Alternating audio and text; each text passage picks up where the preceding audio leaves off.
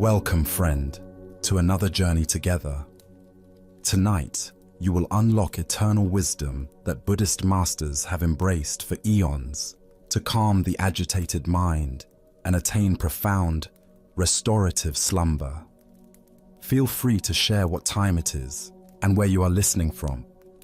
I'm going to share a meticulously curated collection of extraordinary Zen stories that unveil the profound mysteries of inner tranquility and emotional release. Each narrative holds a powerful, transformative lesson that can profoundly alter your connection to anxiety, frustration, incessant rumination, and the ceaseless chase for more. These are not mere tales for drifting off. They are meticulously preserved teachings from masters who comprehended a truth many of us have overlooked. That true peace isn't discovered by altering our external conditions, but by transforming our internal relationship with them. As the Buddha wisely stated, peace comes from within, do not seek it without. Over the course of our exploration, you'll uncover precisely how these timeless truths can reshape your existence. As we dive into these remarkable accounts, you'll observe something truly profound begin to unfold. The persistent grasp of worry will start to recede. The incessant dialogue of your thoughts will gradually soften. You'll find yourself effortlessly sinking into a state of deep comprehension and rest. So settle in profoundly now. Let your body surrender into whatever supports you. Take one slow breath with me, and as you exhale, recognize that you are about to receive teachings that have awaited you for a long time. Let us begin with our first story about the profound wisdom found in the simplest moments of creation. This is the story of the weaver's thread. In a remote village, nestled by a winding river, where the sound of flowing water mingles with the gentle rhythm of daily life, there lives a weaver named Kiko. Her small wooden loom stands by the window of her humble home, and here she spends her days creating intricate patterns from threads of silk and hemp. Her fingers move with practiced grace, each motion deliberate and mindful, as if she is composing a silent symphony with fiber and color. The threads themselves seem to dance in her hands, some delicate as spider's silk catching morning dew, others strong and coarse like the roots of ancient trees. Yet under Kiko's patient guidance, each finds its place in the emerging tapestry, contributing to a beauty that none could achieve alone. One day, as golden afternoon light streams through her window, a traveling monk approaches her doorway. His robes are worn smooth by countless miles of walking, and his wooden staff bears the polish of many hands and many journeys. He has been watching Kiko work from the village path, observing the peaceful concentration that seems to radiate from her small workspace. "Kiko," the monk inquires gently, his voice carrying the soft authority of one who has spent years in contemplation. "What is the most difficult thread to weave?" Kiko pauses in her work, her shuttle resting motionless in her hand. The question seems to hang in the air like incense, requiring not just an answer, but genuine consideration. She looks at the threads before her, the completed portions of her work, the empty spaces waiting to be filled, and the countless spools of possibility that surround her loom.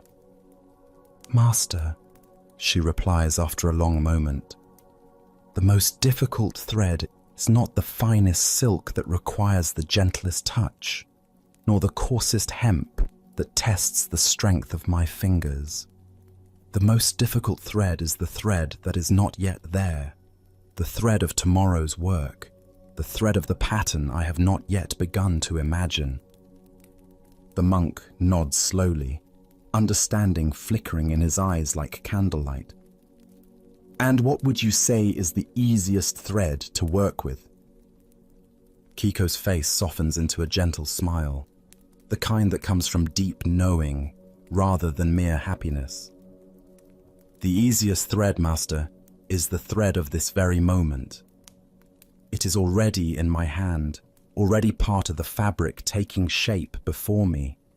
It requires no worry about what has been woven in the past, no anxiety about the patterns yet to come, only the gentle pull, the mindful placement, here and now."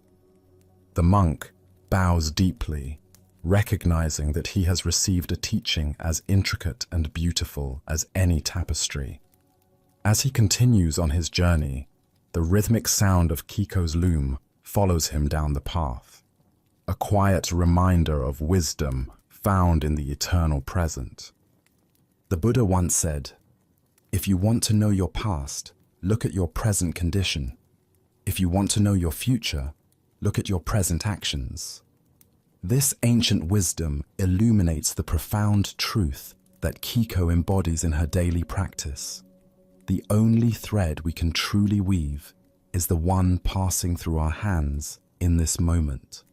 Why do we struggle so intensely with the threads that do not yet exist? Zen Buddhism reveals that our suffering often comes not from present circumstances, but from our mental entanglement with time itself. We exhaust ourselves trying to weave tomorrow's patterns while the thread of today lies waiting in our hands, neglected and unused. The mind, always planning and preparing, convinces us that happiness lies in mastering future threads or correcting past mistakes in our tapestry. Yet this very thinking pulls us away from the creative power available right now. Like Kiko, we can only weave one thread at a time, and that thread is always the present one. Consider how often throughout your day you struggle with invisible threads. The conversation you'll have with your boss tomorrow, the project due next week, the apology you should have offered yesterday. These phantom threads create a false sense of urgency, making us feel simultaneously behind and ahead of ourselves, never quite here where the actual weaving happens. Zen teacher Suzuki Roshi taught, "Each of you is perfect the way you are, and you can use a little improvement." This playful paradox speaks to the weaver's wisdom. We can appreciate the pattern as it exists, while remaining open to what wants to emerge, without anxiety about perfection or attachment to specific outcomes.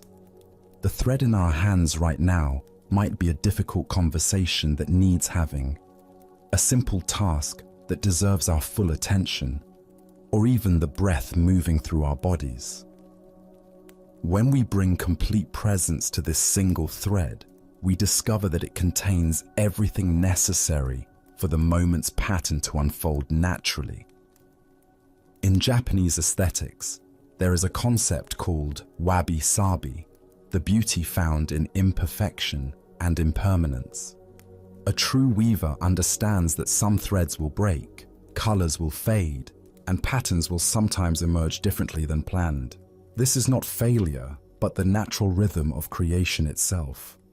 The Buddha taught, "Do not believe in anything simply because you have heard it, but after observation and analysis, when you find that anything agrees with reason and is conducive to the good and benefit of one and all, then accept it and live up to it." The weaver's thread teaches us to trust our direct experience of this moment rather than our theories about past or future moments. Tonight, as you prepare for rest, notice what thread is actually in your hands. Perhaps it's the simple act of breathing, the sensation of your body settling into bed, or the gratitude for the day that has passed. Can you weave this single thread with the same patient attention that Kiko brings to her loom? As the Buddha reminded us, the present moment is the only time over which we have dominion. By learning to weave skillfully with the threads we actually possess, we create a life of beauty, one mindful moment at a time. Our next story reveals the profound wisdom hidden in what remains unmanifested. This is the story of the sound of the unturned stone. In a mountain monastery where ancient pines stretch toward clouds and morning mist clings to weathered stone paths, a young acolyte named Jiro tends the gardens with passionate devotion. Each day before dawn, he can be found among the carefully arranged stones and meticulously pruned plants, his movements precise and purposeful. He waters each plant according to its needs, removes every weed before it can establish roots, and polishes the stepping stones until they gleam like dark mirrors in the early light. The garden itself is a masterpiece of restraint and balance. Moss grows in deliberate patches between stones, creating patterns that seem both planned and completely natural. Small bamboo fountains fill with water and tip rhythmically, their soft clacking marking time like a meditation bell. Cherry trees offer their blossoms briefly each spring, then return to elegant simplicity, teaching the beauty of impermanence through their seasonal cycles. Jiro takes particular pride in the stone pathways that wind through this sacred space. Each morning, he carefully polishes every visible surface, ensuring that visitors walking in meditation will find no distraction in dirt or debris. His attention to detail has earned quiet recognition from the elder monks, and he feels a growing sense of accomplishment in his service. One morning, as pale sunlight filters through the pine branches and birds begin their daily chorus, the master approaches while Jiro is bent over his polishing work. The old monk's feet make no sound on the stone path, and his presence brings a quality of stillness that seems to deepen the garden's natural peace. "Young one," the master says, his voice carrying both warmth and authority, "you are truly diligent in your care for this place. Your dedication brings beauty to what we all enjoy. Tell me, in all your time listening to this garden, what is the most profound sound you have discovered here?" Jiro straightens, his cloth still in hand, and considers the question carefully. The garden offers many sounds to the attentive ear: the gentle rustling of bamboo leaves in the morning breeze, the sweet songs of birds calling to their mates, the distant temple bell that marks the hours of prayer and meditation, and the soft trickling of water over stones in the small stream that borders the meditation area. "Master," he replies thoughtfully, "perhaps it is the song of the nightingale that visits the cherry tree each morning, or the whisper of wind through the bamboo grove, or the peaceful sound of water flowing over the stones in our stream."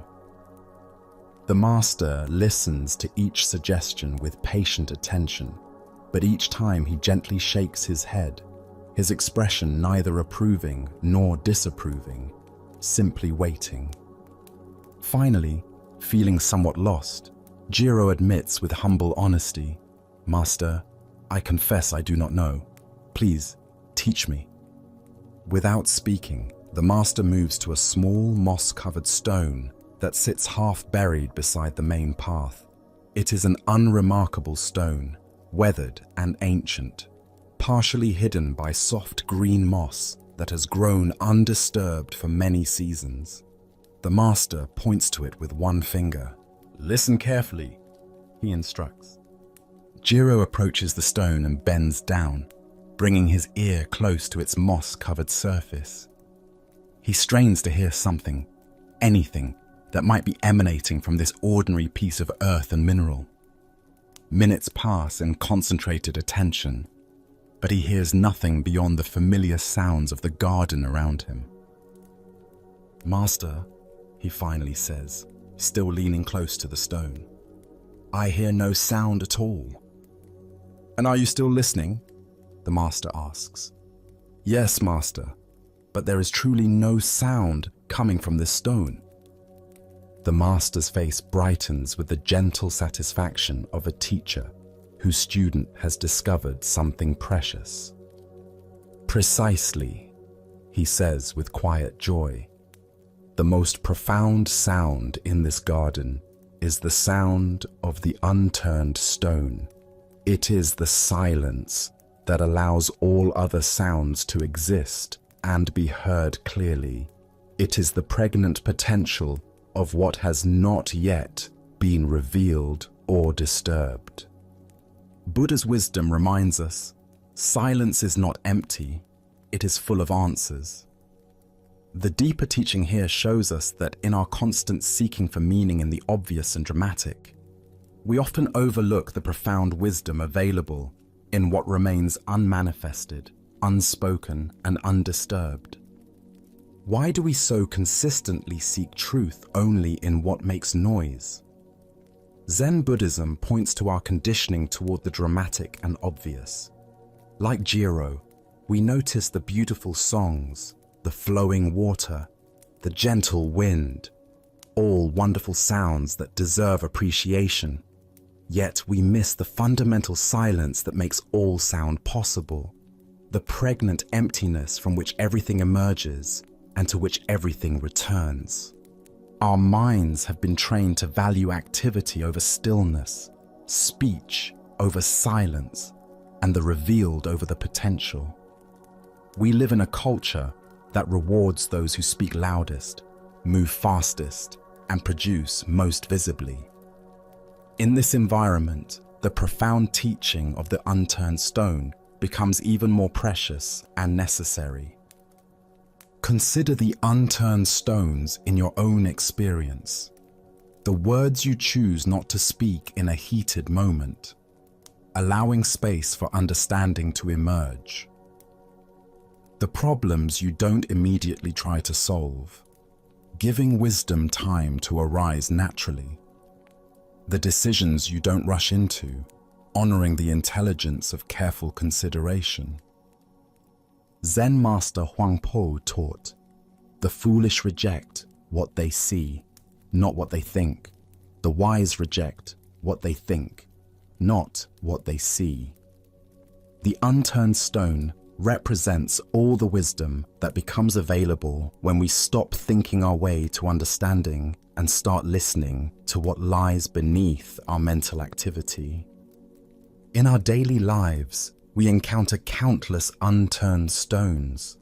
The pause before responding to criticism, the moment of not knowing that precedes genuine insight, the comfortable silence between friends that holds more intimacy than any conversation, the space between thoughts where creativity often emerges.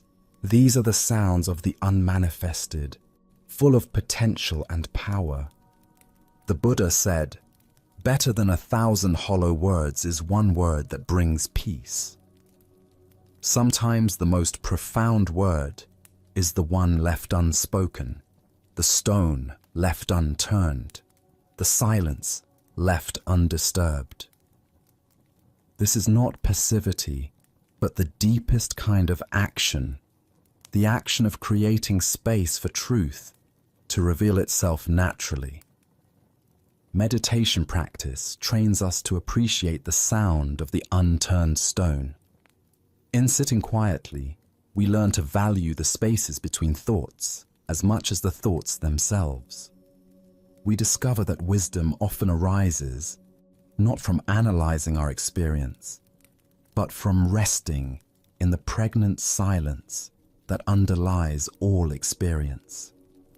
Tonight, as you settle into the quiet of evening, can you listen for the sounds of your own unturned stones? Perhaps it's the decision you haven't forced, the judgment you haven't made, or the problem you haven't tried to solve. What wisdom might be available in these spaces of not knowing? As the Buddha taught, in the end, just 3 things matter: how well we have lived, how well we have loved, how well we have learned to let go. Learning to let go includes learning to leave some stones unturned, trusting the profound intelligence of what chooses to remain silent and potential. Let us continue our journey with a tale about recognizing true value beneath surface appearances. This is the story of the empty bowl and the thirsty traveler. Along a dusty road that winds between distant cities, where merchants and pilgrims travel with their worldly possessions and spiritual longings, there stands a simple dwelling. Here lives a Zen master, known throughout the region for a single act of kindness. He offers cool, fresh water to any thirsty traveler who passes his gate. Beside the weathered wooden entrance, he keeps a humble wooden bowl, unadorned and simple, carved from plain oak and worn smooth by countless hands. The bowl itself tells a story of service. Its rim bears the gentle marks of lips that have found relief in desperate moments.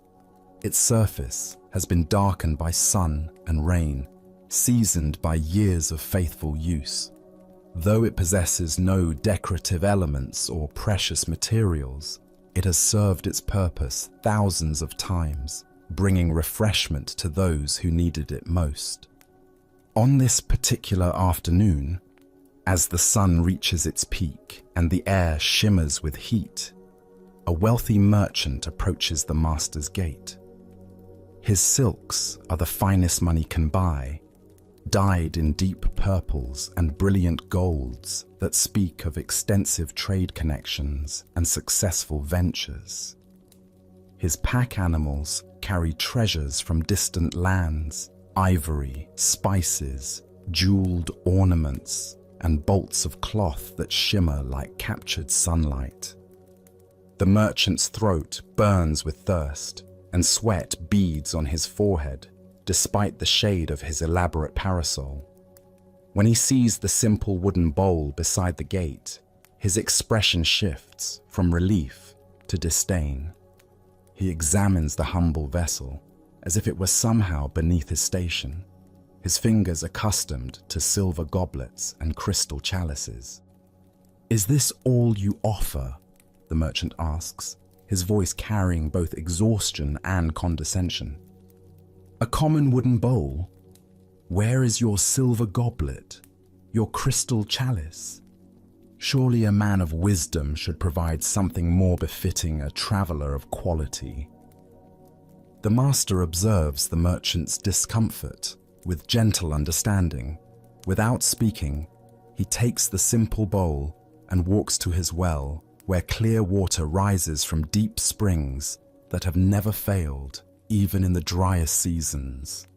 He fills the vessel to its brim with water so pure it seems to hold light itself, then returns and offers it to the sweating merchant.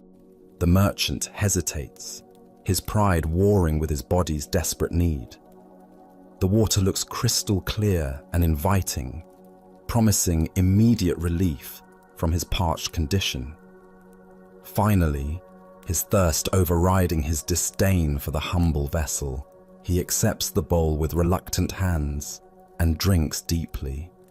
The water is everything he needs. Cool, refreshing, sweet, with the taste of deep earth and clean stone. It flows down his throat like liquid relief, restoring his strength and clearing his mind. For a moment, he forgets entirely about the bowl itself, conscious only of the profound satisfaction of his thirst being quenched completely. "Thank you," the merchant finally says, feeling genuinely grateful as his body returns to balance and comfort. "That was exactly what I needed." But then, as he hands back the empty bowl, his earlier judgment returns. "However, master, a man of your supposed wisdom should truly offer something more fitting for distinguished travelers." The master receives the empty bowl with the same calm attention he had shown in filling it. He looks at the merchant with eyes that hold no judgment, only patient understanding of human nature and its curious attachments.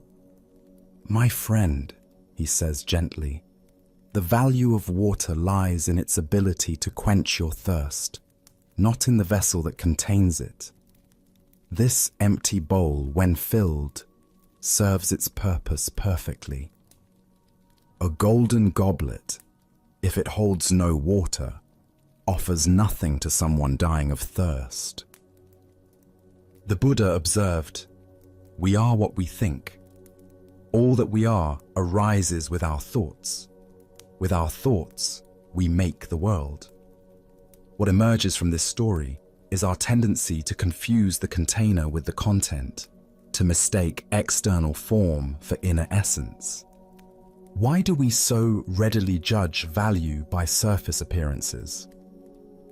Zen Buddhism reveals that our conditioned mind constantly categorizes experiences based on external characteristics rather than their actual ability to serve our deepest needs. We have been trained to associate worth with expense, beauty with decoration, and value with rarity, often missing the profound utility of simple things. This pattern extends far beyond material objects. We dismiss wisdom that comes in humble packaging while seeking teachers who display impressive credentials. We overlook genuine love from ordinary people while chasing relationships with those who possess social status or physical beauty. We undervalue our own simple acts of kindness while believing that only grand gestures matter. The empty bowl represents a profound Zen principle. True functionality transcends decoration. When we are truly thirsty, whether for water, understanding, love, or peace, what matters is not the elegant presentation, but the genuine capacity to satisfy our need. A simple answer that brings clarity serves us better than a complex explanation that leaves us confused. Zen Master Dogen taught, "To study the way is to study the self. To study the self is to forget the self." The empty bowl teaches us to forget our preoccupations with appearances and focus on what actually serves. When we drop our attachments to how things should look, we become available to appreciate how things actually function. Consider the empty bowls in your own life. The friend who offers simple presents instead of elaborate advice. The job that provides meaningful work rather than impressive titles. The home that offers genuine comfort instead of magazine-worthy decoration. The spiritual practice that brings real peace rather than social recognition. Our consumer culture constantly suggests that we deserve the finest vessels, the luxury car, the designer clothes, the premium experiences.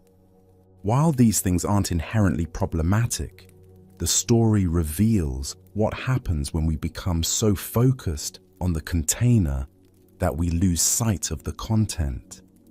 We can spend so much energy seeking impressive vessels that we forget to appreciate the pure water of simple satisfaction. The Buddha said, "Health is the greatest gift, contentment the greatest wealth, faithfulness the best relationship." The merchant in our story possessed material wealth, but lacked the contentment that would have allowed him to appreciate the gift he received. His attachment to impressive vessels prevented him from fully enjoying the perfect water. The master's empty bowl also represents the Zen concept of beginner's mind, approaching each moment without preconceptions about how it should appear. When we empty ourselves of expectations about form, we become available to receive whatever content life offers with genuine appreciation. Tonight, as you drink from whatever vessel holds your evening water, can you appreciate the miracle of thirst being quenched regardless of the cup's appearance? Can you notice the empty bowls in your life that serve you perfectly despite their humble presentation? As the Buddha taught, better than ruling the whole world better than going to heaven, better than lordship over all the worlds, is the first step on the path to truth. Sometimes that first step means recognizing that the simplest vessel, offered with genuine care, contains everything we truly need. Now, let us explore a Zen story about the illusions created by comparison and the light that reveals our true nature. This is the story of the monk's shadow. In a monastery where golden evening light streams across ancient courtyards and the sound of evening prayers mingles with the settling quiet of day's end, a young monk named Taiki struggles with feelings that gnaw at his peace like persistent hunger. Each day, he watches his fellow practitioners with a mixture of admiration and despair, comparing his own stumbling progress to their apparent mastery. During meditation, while others sit in perfect stillness, Taiki's mind races with thoughts like excited monkeys, jumping from branch to branch. When the community chants ancient sutras, his voice seems thin and uncertain beside the rich, confident tones of the senior monks. In discussions of Dharma, while others offer profound insights drawn from deep understanding, Taiki finds himself silent, feeling that his simple questions reveal only ignorance. The senior monks move through their daily activities with a grace that seems effortless. Their walking meditation flows like water over stones. Their work in the gardens appears more like dance than labor, and their presence carries a quality of stillness that makes others feel peaceful simply by being near them. Taiki watches these accomplished practitioners and feels his own inadequacy like a stone in his chest. Why can't I be like them? He wonders during long nights when sleep eludes him. When will I develop their wisdom, their serenity, their natural understanding of the way? These questions circle in his mind like crows, creating more agitation and taking him further from the peace he seeks. One evening, as the sun sinks low toward the horizon and paints the monastery walls in warm gold and deep amber, Taiki sees his master walking slowly across the central courtyard. The evening light stretches behind the old teacher, creating a long, dramatic shadow that extends far across the stone ground, reaching nearly to the opposite wall. Taiki's own shadow, cast by the same low sun, appears small and stays close to his feet. The contrast strikes him immediately. His master's shadow seems vast and encompassing, while his own appears insignificant and limited.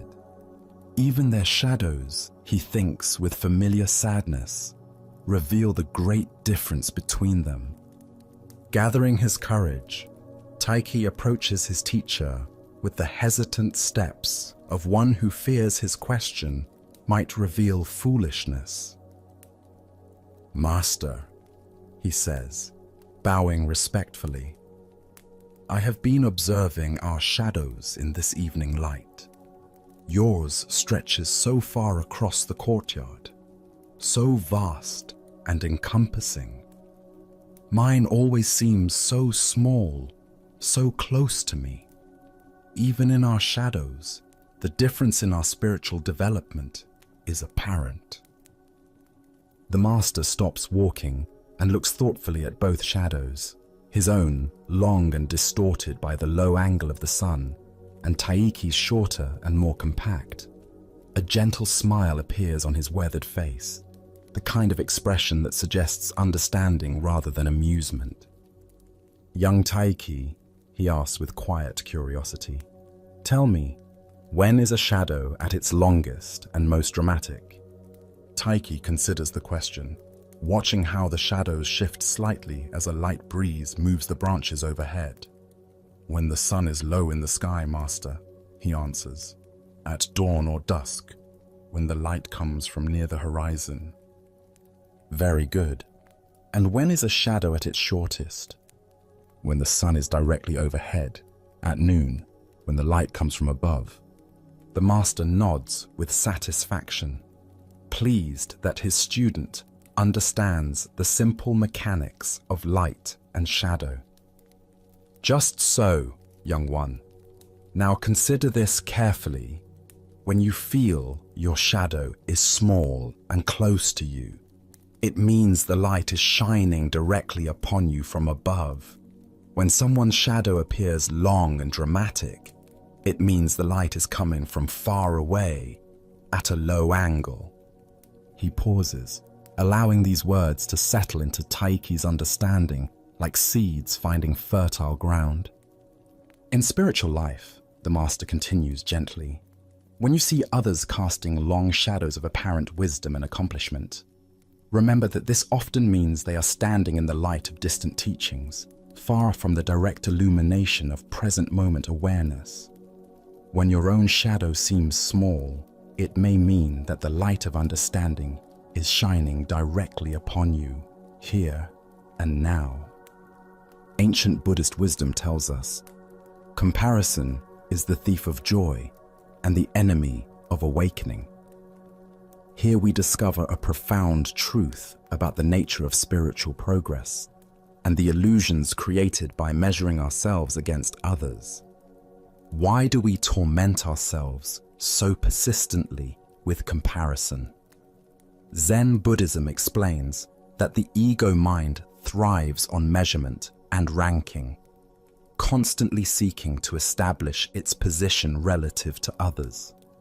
This mental habit, useful in some practical situations, becomes a source of suffering when applied to the inner journey of awakening. The shadow represents our projected sense of spiritual achievement, the image we create about our own and others' progress on the path. Like actual shadows, these projections change dramatically based on the angle of our perspective and the time of day in our understanding. What appears as impressive spiritual advancement from one viewpoint may look quite different from another. Consider how often throughout your day you cast long shadows of comparison. Perhaps you measure your meditation practice against someone who appears more disciplined, your understanding against someone who seems more learned, or your peace of mind against someone who seems naturally serene. Each comparison creates a shadow drama that obscures the direct light available in your own experience. Zen teacher Suzuki Roshi said, "Each of you is perfect the way you are, and you can use a little improvement." This paradox points to the middle way between spiritual complacency and the suffering of comparison. We can appreciate our current condition while remaining open to growth, without the mental violence of measuring ourselves against artificial standards. The Master's teaching reveals that short shadows often indicate direct illumination. In spiritual terms, this means that feelings of being a beginner, moments of not knowing, and experiences of humility might actually indicate that we're receiving direct teaching from life itself. The light of wisdom is shining right on us, creating little shadow because we're not standing in the way of its illumination. Long shadows, while sometimes impressive in their reach, can indicate distance from the source of light. In spiritual life, this might manifest as elaborate philosophies that substitute for direct experience, impressive teachings that keep us from simple presence, or complex practices that distance us from the immediate availability of peace. The Buddha taught, there are only two mistakes one can make along the road to truth: not going all the way and not starting. When we become preoccupied with the length of our shadow compared to others, we stop walking our own path. We forget that each person's journey unfolds according to its own timing and requirements. The monastery courtyard where this story unfolds, represents the community of practitioners where we all live, whether in formal spiritual settings or in the everyday world. In this shared space, we can choose to use others' apparent progress as inspiration rather than intimidation, understanding that different people cast different shadows depending on where they stand in relation to the light. Tonight, as you notice the actual shadow cast by your body in lamplight or moonlight, can you remember that its size and shape depend entirely on the position of the light source? Can you apply this understanding to the spiritual shadows you perceive in yourself and others, recognizing that comparison reveals more about perspective than about actual attainment? As the Buddha reminded us, the only real failure in life is not to be true to the best one knows. When we stop chasing the long shadows of others and attend to the light shining directly on our own path, we discover that our truest spiritual work happens not in the dramatic projections of comparison, but in the immediate intimacy of this moment's experience. As we continue our journey through the wisdom of Zen Buddhism, let us turn to a story about releasing the burdens of the past. This is the tale of the stone and the river's memory. High in the mountains, where ancient rivers carve deep channels through weathered stone and the sound of rushing water echoes off canyon walls, a wise hermit makes his home in a simple cave overlooking one of these powerful currents. For decades, he has lived here in solitude, watching the endless dance of water over rock, learning from the river's constant teaching about flow, persistence, and the art of letting go. Seekers climb the difficult mountain paths to find him, drawn by stories of his understanding and his ability to help people release the heavy burdens they carry in their hearts. They arrive dusty and tired from the journey, often carrying more than physical packs. They bring regrets, mistakes, and memories that weigh heavier than any stone. On this particular morning, as mist rises from the water and early sunlight illuminates the canyon walls in gold and amber, a middle-aged man sits before the hermit, with tears streaming down his weathered face. His shoulders shake with the weight of sorrow that has become his constant companion, and his voice breaks as he tries to speak of his pain. "Master," he says through his tears, "I cannot escape the memory of what I did 5 years ago. It was a terrible decision, one moment of anger and selfishness that destroyed relationships I treasured and caused pain to people I loved. Since then, not a day passes without this memory returning to torment me. It feels like a massive stone tied to my heart, dragging me down no matter how I try to move forward." The hermit listens with the patience of one who has heard countless similar stories, understanding that human suffering often comes not from what happens to us, but from our relationship to what has already happened. He sees the exhaustion in the man's eyes, the way past guilt has carved lines of worry into his face, aging him beyond his years. Without speaking, the hermit reaches down to the riverbank and selects a smooth, rounded stone from among the countless others that line the water's edge. The stone fits perfectly in his palm, polished by years of interaction with the flowing current, its surface bearing the subtle marks and indentations that speak of its long journey downstream. "Look carefully at this stone," the hermit says, holding it up to catch the morning light. "Do you see the marks upon its surface?" The troubled man leans closer, grateful for any distraction from his inner torment. "Yes, master," he replies, studying the stone's weathered contours. "I can see scratches and small indentations, places where it looks worn smooth, and others where it appears chipped or scraped." These marks, the hermit explains with gentle authority, are the river's memory written in stone. Each mark tells a story, Every turn the stone has taken, every fall it has survived, every encounter with other stones during its long journey downstream. The smooth areas speak of gentle periods when the water caressed it softly. The chips and scratches tell of more dramatic moments, floods, collisions, times when the current was fierce and unforgiving. The hermit pauses, allowing the man to contemplate the stone's surface, seeing it now as a record of experience rather than simply an object. But tell me, the hermit continues, does the river cling to these memories? When this stone tumbled over that waterfall last spring, does the river spend its time reliving that moment? When it crashed into another stone during the autumn floods, does the river hold on to resentment about the collision?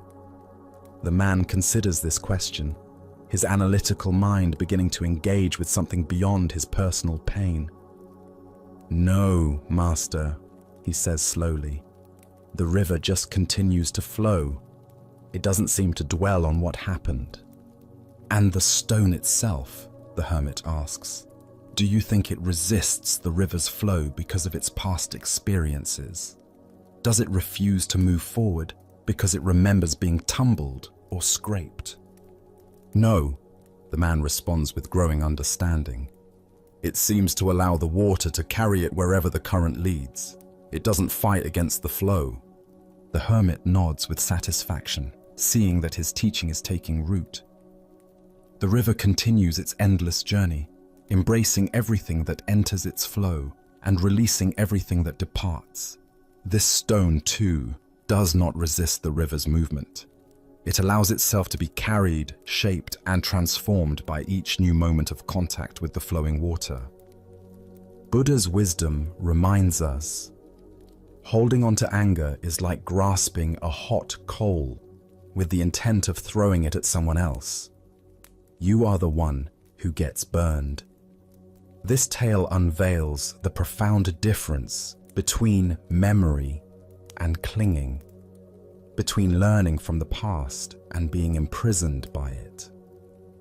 Why do we torture ourselves by carrying stones that the river of life has already released? Zen Buddhism points to several mental habits that create this unnecessary burden. First is our tendency towards self-identification with our mistakes, thinking, "I am someone who did that terrible thing," rather than, "I am someone who once did something I regret."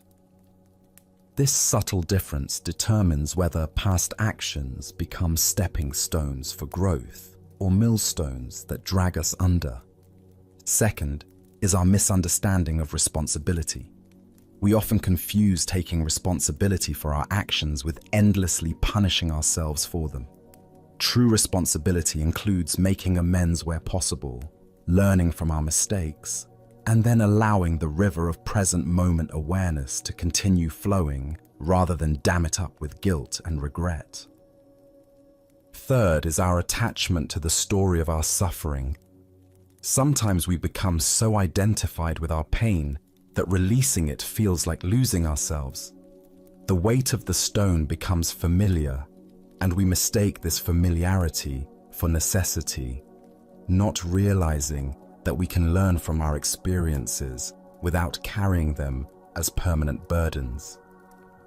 Consider the stones you may be carrying in your own life, perhaps harsh words spoken in anger that you replay endlessly, seeking to change what cannot be changed.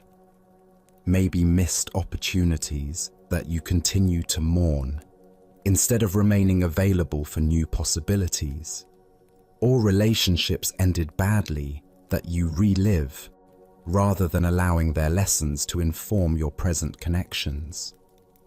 Zen master Thich Nhat Hanh taught, "Thanks to impermanence, everything is possible." The stone in the river teaches us that our past actions, no matter how regrettable, are also impermanent. They shaped us, but they need not define us permanently.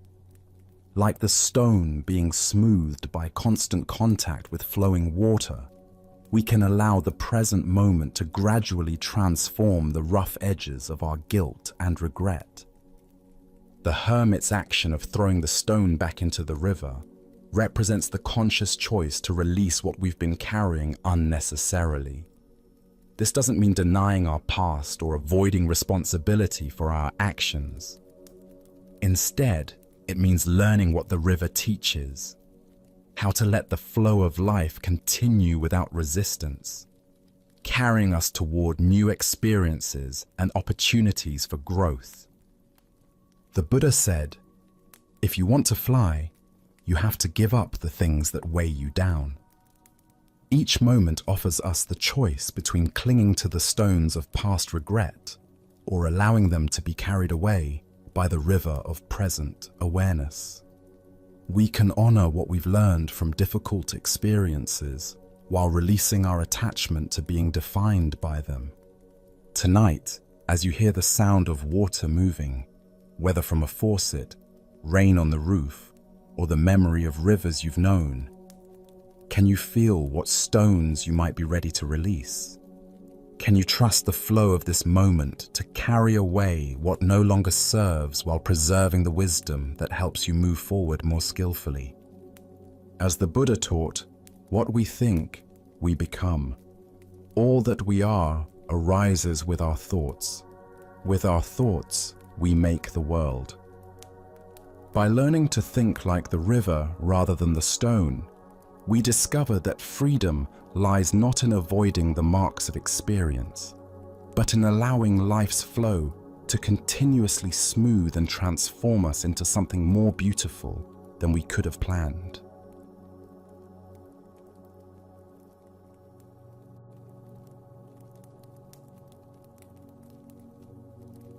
Let us continue on our journey with a story about discovering the source of true freedom. This is the tale of the student and the master's heart. In a peaceful monastery garden where cherry blossoms drifted like snow, a young student approached his teacher during evening meditation.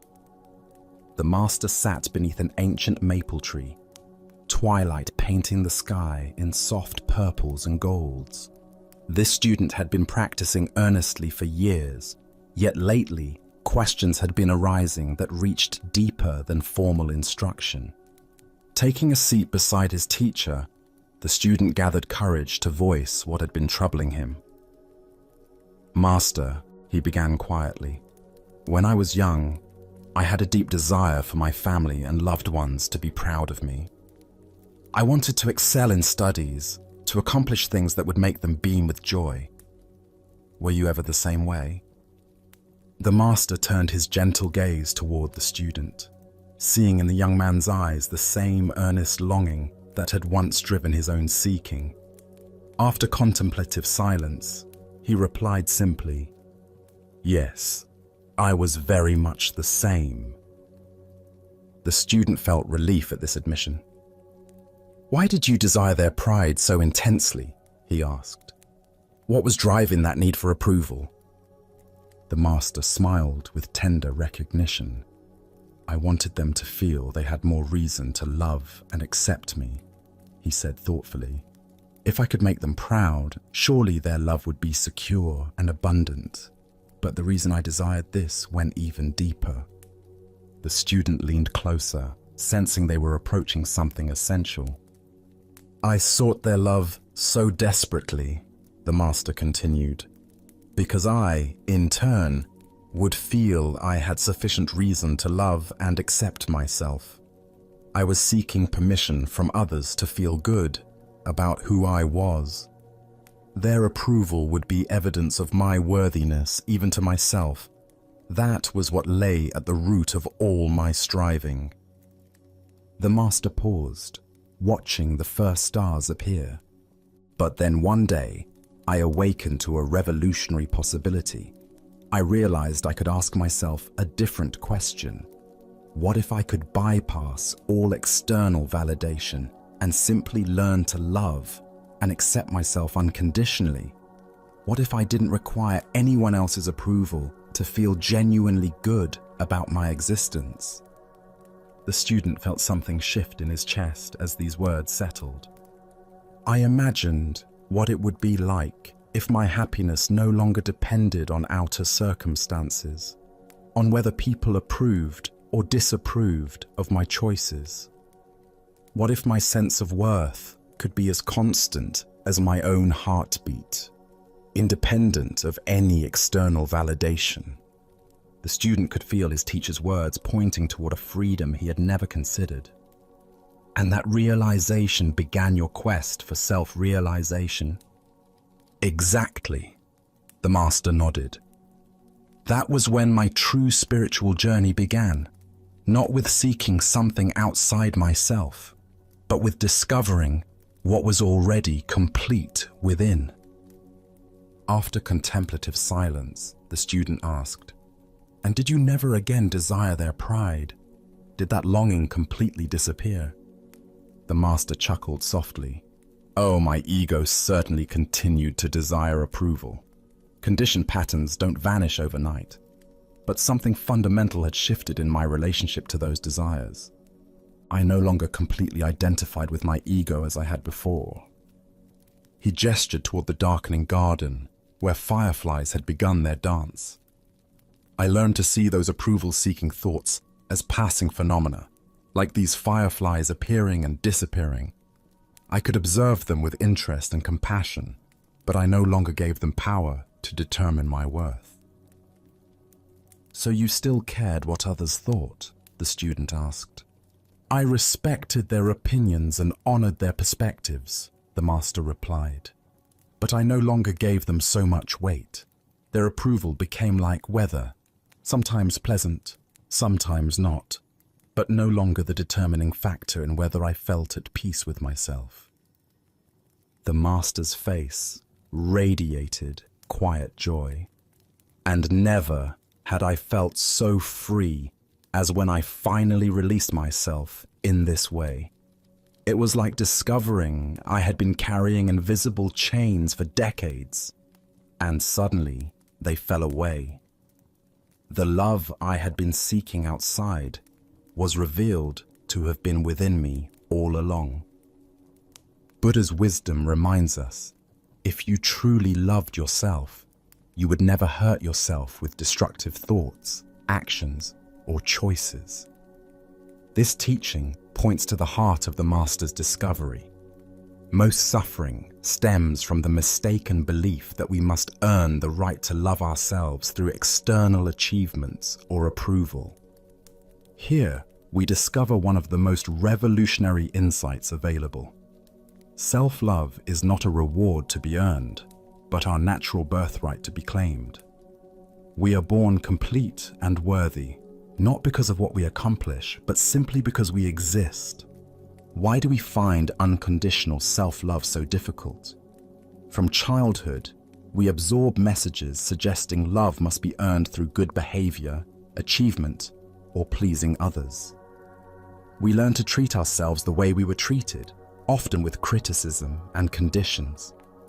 These patterns become so familiar that unconditional self-acceptance feels foreign. Our culture intensifies this conditioning by promoting the myth that happiness comes from external sources. Each message reinforces the delusion that we are incomplete as we are. Consider how much mental energy goes toward managing others' opinions. How often do you modify authentic expression to gain approval? How much self-worth depends on external feedback rather than internal recognition of inherent value? When we love ourselves unconditionally, we create a foundation of fulfillment that allows us to enjoy others' affection without depending on it. We can receive compliments with gratitude rather than desperate hunger, and handle criticism without devastation, because our core worth remains untouched. The Buddha said, "You can search throughout the entire universe for someone more deserving of your love and affection than you are yourself, and that person is not to be found anywhere. You, yourself, deserve your love and affection." This isn't narcissism. It's recognition of fundamental truth about consciousness itself. Tonight, As you rest in this moment's quiet, can you sense the presence that is reading these words? This awareness that knows your thoughts and witnesses your experiences is not improved or diminished by anything that happens. It remains constant and clear, like space itself. What would it be like to treat this aware presence with the tenderness it deserves? Perhaps you could offer yourself the same patience you'd give a beloved child learning, or the same compassion you'd feel for a friend in difficulties. As the Buddha taught, hatred is never appeased by hatred. By non-hatred alone is hatred appeased. Self-criticism is never healed by more self-criticism. Only by learning to love ourselves exactly as we are do we create inner conditions for authentic transformation. In discovering this unconditional love within, we find the freedom we sought through others' approval was always here, beating steadily in our own hearts. Let us now turn to a story about the deceptive nature of appearances and the masks we wear in seeking acceptance. This is the tale of the hungry abbot and the generous robe. In a bustling merchant quarter of an ancient Chinese city, where silk traders and wealthy families built elaborate houses behind high walls, there lived a man whose prosperity was known throughout the region. His mansion boasted carved jade doorways, courtyards filled with exotic birds, and servants who attended to every detail of daily life. This man took great pride in his position and was particular about maintaining his reputation among other prominent citizens. One morning, as autumn rain fell steadily on the cobblestone streets, a figure approached his ornate front gate. The visitor was a Zen abbot from a mountain monastery, but he appeared as nothing more than a beggar. His simple brown robes were patched and worn thin from years of use. His sandals were cracked and muddy from walking mountain paths, and his wooden begging bowl showed the stains and scratches of countless meals received in charity. The abbot stood quietly at the gate, rain dripping from his shaved head, and waited with the patient dignity that comes from years of spiritual practice. When the gatekeeper finally noticed him, the man's expression immediately showed disdain. "What do you want, beggar?" the gatekeeper asked harshly, not bothering to bow or show any respect. "This is the house of an important man. We have no scraps for wanderers." "I am traveling and seeking alms," the abbot replied gently. "Perhaps your master would offer a simple meal to a monk." The gatekeeper looked him up and down with obvious contempt. These ragged clothes, this worn appearance. Clearly this was just another vagrant trying to take advantage of his master's household. "Be gone," he commanded. "My master does not waste food on beggars. Seek your charity elsewhere." The abbot accepted this rejection without anger or argument. He simply bowed, turned, and walked back into the rain, his empty bowl tucked beneath his arm. Several hours later, as the afternoon sun broke through the clouds, the same figure returned to the same gate. But now everything had changed.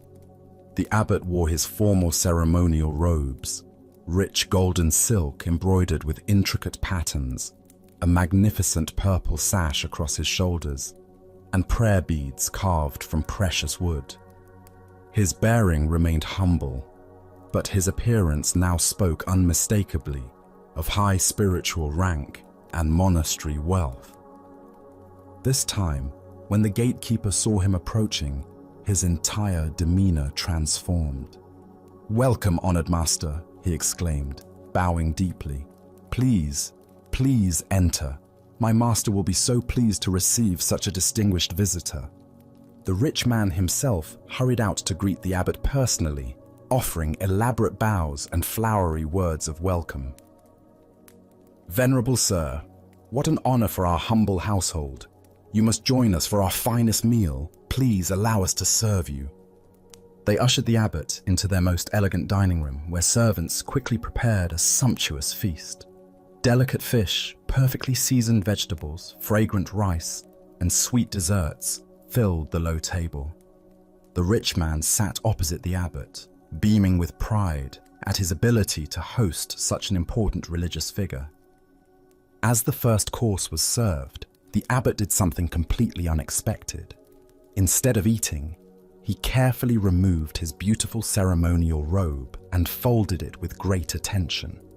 Then, with deliberate precision, he placed the folded robe directly in front of the feast, as if it were the honored guest. Standing up with quiet dignity, the abbot spoke clearly so all present could hear. "This meal is not for me, it is for the robe." Without another word, he walked out of the house, leaving behind both the magnificent feast and the rich man's stunned realization of his own superficial judgment. Buddha's wisdom reminds us, judge not by appearances, a rich heart may be under a poor coat. Here we discover how our fixation on external appearances creates barriers to genuine human connection and spiritual understanding. Why do we judge others so quickly based on their clothing, status symbols, or outward presentation? Zen Buddhism points to our conditioned mind's habit of creating categories and hierarchies based on surface appearances. This mental shortcut allows us to feel we understand people without the more challenging work of seeing their true nature. The rich man's household represents a pattern we all recognize in ourselves. How differently do we treat the well-dressed stranger versus the poorly dressed one? How does our attention change when someone mentions their impressive job title versus their humble occupation? How does our respect shift when we learn someone's wealth or poverty? This ancient wisdom illuminates our tendency to project worth onto external symbols, rather than recognizing the inherent dignity of every person. The abbot remained exactly the same person in both encounters. His wisdom, compassion, and spiritual realization unchanged by his clothing. Yet the household's treatment of him transformed completely, based solely on appearances. Look deeply at your own patterns of judgment. Perhaps you find yourself making assumptions about people in expensive cars versus old vehicles, designer clothes versus thrift store finds, prestigious addresses versus modest neighborhoods. Each of these judgments reveals how we've been conditioned to equate external appearance with internal worth. The story points us toward a fundamental question about authenticity. If we receive a different treatment based on our presentation, which version of ourselves is real? Are we the person in casual clothes running errands, or the person dressed professionally for important meetings? Are we the one seeking help, or the one offering it? In Zen practice, we cultivate what's called original face, the authentic self that exists beneath all roles, costumes, and presentations. This original face doesn't change whether we're wearing rags or ceremonial robes, whether others treat us with respect or dismissal. Zen Master Bankei taught, "Your original face is not born and does not die." This teaching invites us to recognize that our essential nature, our capacity for awareness, love, and wisdom remains constant, regardless of how others perceive us or how we present ourselves to the world. The abbot's teaching was not just for the rich man, but for all of us who might witness his story. By feeding the robe instead of himself, he revealed how often we relate to people's personas rather than their essence. We honor the title, the clothing, the symbols of status, while missing the actual human being present before us. Consider how this insight might transform your daily interactions. The server at your restaurant, the clerk at the store, the person asking for directions, each carries the same essential dignity as the most honored guest. The challenge is seeing past the uniforms, the circumstances, the social roles to the original face beneath. This doesn't mean we ignore practical realities or social conventions, but that we hold them more lightly. We can acknowledge someone's professional role while remembering their fundamental humanity. We can dress appropriately for occasions while knowing our worth doesn't depend on our wardrobe. Tonight, as you consider the various roles and presentations you inhabit throughout the day, can you sense the unchanging awareness that witnesses all these temporary costumes? Can you feel the original face that remains constant, whether others see you as important or invisible? The Buddha said, "Better than 1,000 hollow words is one word that brings peace." The abbot's silent gesture spoke more powerfully than lengthy sermons about equality and compassion. By walking away from the feast, prepared for his appearance rather than his essence, he offered a teaching that continues to resonate across centuries. Now, let us explore a story about the difference between superficial understanding and lived wisdom. This is the tale of following the stream. In the heart of a vast wilderness, where towering pines stretched toward endless sky, two city dwellers found themselves completely lost. They had ventured into the high timber for what was supposed to be a simple day hike, but overconfidence and poor preparation had led them far from any familiar trail. For a day and a night, they wandered through the dense forest, their anxiety growing with each passing hour. The comfortable urban world they knew seemed impossibly distant. Every tree looked the same.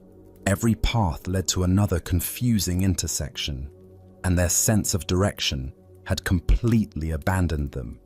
Just as panic was beginning to set in, they stumbled upon an old hermit sitting peacefully beside a small clearing.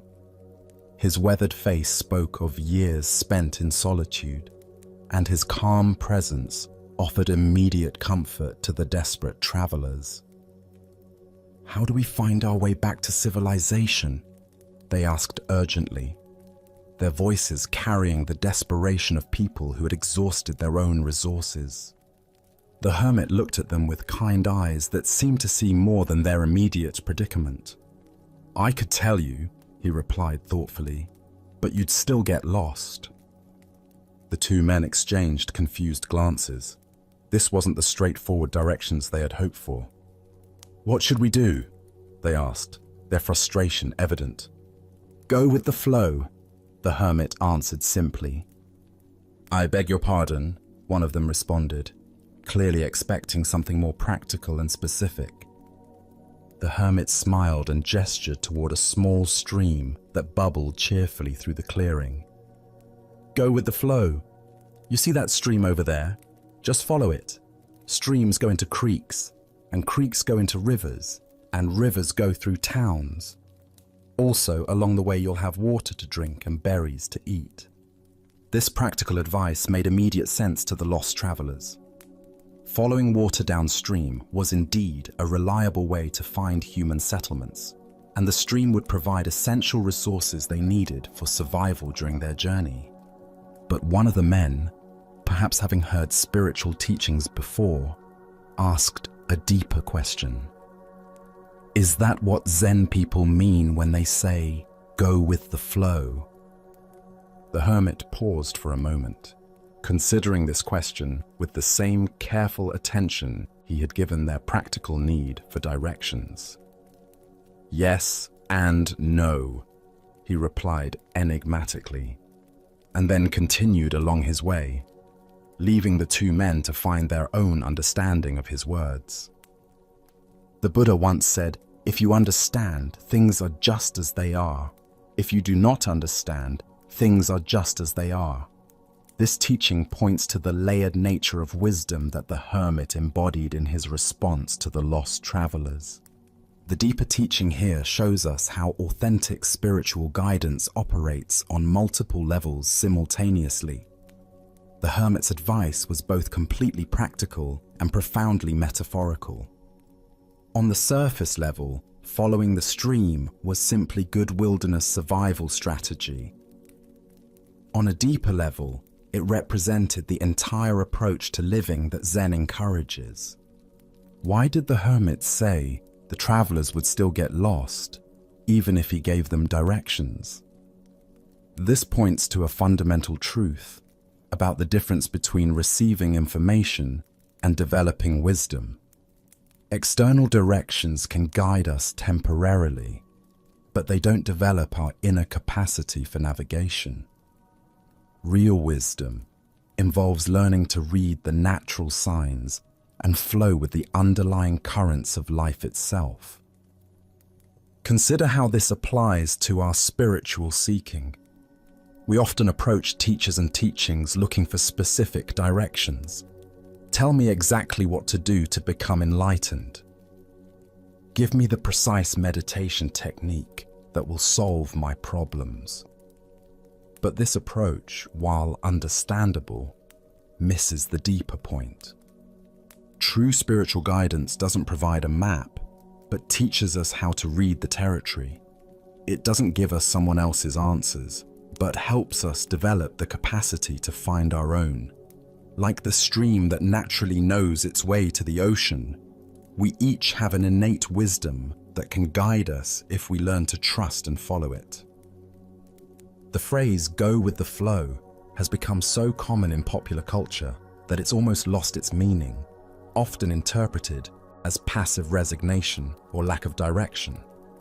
But the hermit's yes and no response points to a more nuanced understanding. True flowing isn't about drifting aimlessly, but about aligning our efforts with the natural currents of wisdom and compassion. The stream represents the Tao, the natural way that underlies all existence. When we align ourselves with this deeper flow, our actions become effortless and effective. We stop pushing against reality and learn to work with the grain of existence rather than against it. But this requires developing a different kind of intelligence than our usual problem-solving mind.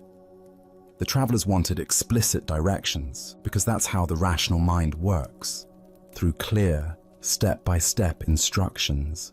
But the deeper intelligence the hermit was pointing toward operates more like intuition, sensing the right direction moment by moment rather than following a predetermined plan. This is why contemplative traditions emphasize present moment awareness. The stream doesn't need to know where the ocean is. It simply flows in the direction that feels natural right now.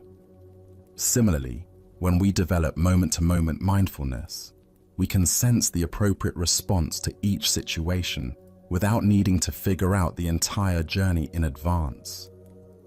Tonight, as you navigate the complexities of your own life, can you sense the streams of natural wisdom flowing beneath the surface of your daily concerns? What would it mean to trust that deeper current while still attending responsibly to practical necessities? Buddha's wisdom reminds us, thousands of candles can be lighted from a single candle, and the life of the candle will not be shortened. The hermit's guidance was like lighting a candle in the travelers' minds, providing not just directions, but a way of approaching life that could serve them in countless future situations. As we continue our journey through the wisdom of Zen Buddhism, let us turn to a story about the difference between resistance and flow. This is the teaching of the old man and the waterfall. In a mountain village where a swift river carved its way through ancient rocks, an old Taoist sage often walked along the water's edge, observing the interplay between the flowing current and the solid stones that tried to redirect its path. The villagers knew him as a gentle, contemplative man who seemed to understand something profound about the natural world that others missed. One afternoon, as storm clouds gathered and rain began to fall, the river swelled with unusual force. The current grew violent and unpredictable, rushing toward a high waterfall that dropped into a rocky gorge below. Most people avoided the area during such conditions, knowing that anyone who fell into the rapids would face almost certain death against the jagged rocks at the bottom of the falls. The old man, however, had been caught by the sudden storm while walking along his usual path. As he tried to make his way back to safety, the muddy bank gave way beneath his feet. Before he could catch himself, he tumbled into the raging torrent and was immediately swept away by the powerful current.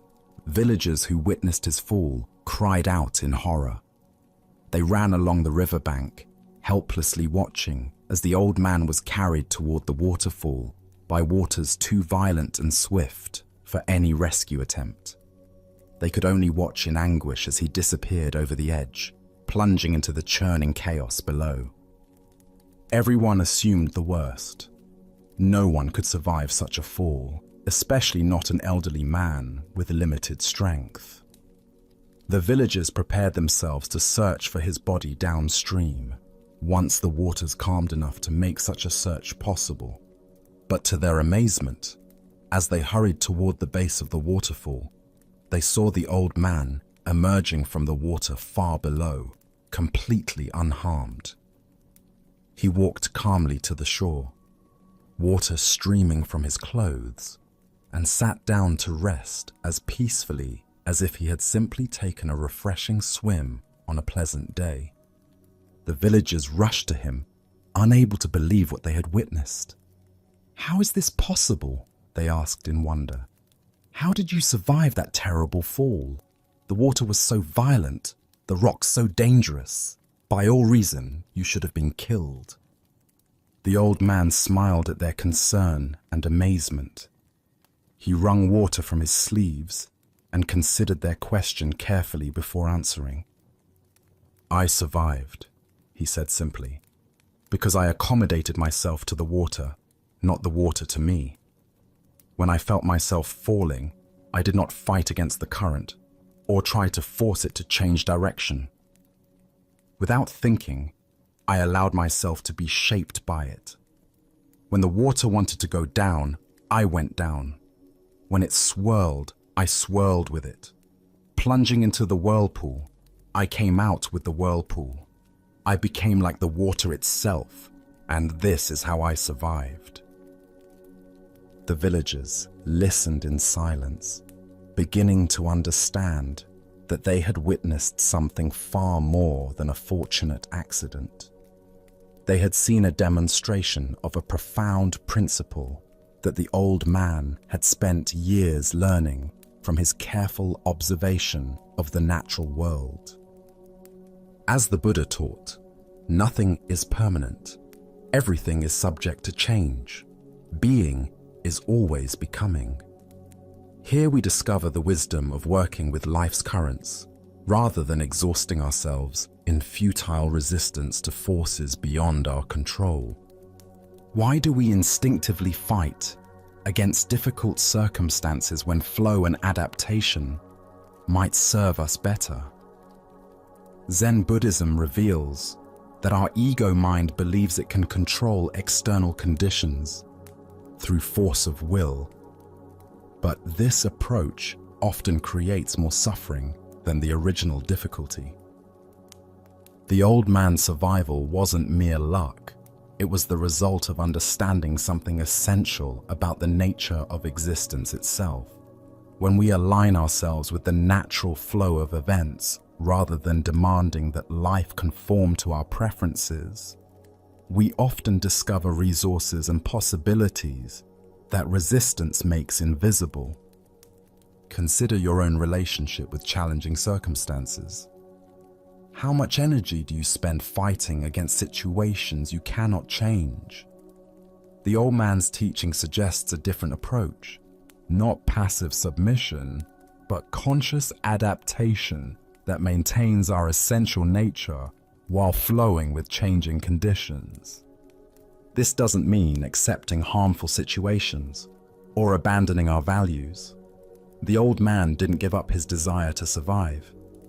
He simply changed his strategy for survival. Instead of fighting the water's power, he used it. Instead of resisting its direction, he moved with it while maintaining his awareness and intention. In relationships, careers, and personal challenges, we often face similar choices. We can exhaust ourselves trying to force outcomes, control other people's behavior, or make external circumstances conform to our expectations. Or we can learn to work skillfully with what is actually present, finding creative ways to achieve our deeper purposes through accommodation rather than force. Zen master Lao Tzu taught, "Water is fluid, soft, and yielding, but water will wear away rock, which cannot yield and is destroyed." The old man embodied this teaching, demonstrating that apparent weakness can be a source of tremendous strength when applied with wisdom.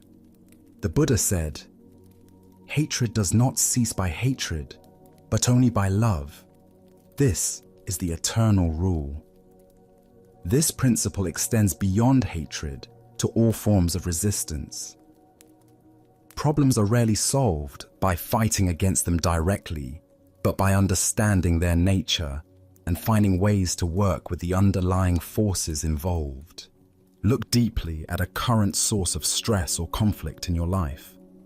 Where are you trying to force the water to change direction rather than learning to swim with it? What would it mean to accommodate yourself to the situation while maintaining your essential values and intentions? Tonight, as you encounter the inevitable currents of daily life, unexpected changes, difficult people, circumstances beyond your control, can you remember the old man's wisdom? Can you find ways to maintain your center while flowing with forces you cannot change, discovering that sometimes the most direct path to your goals is the one that appears to go around obstacles rather than through them?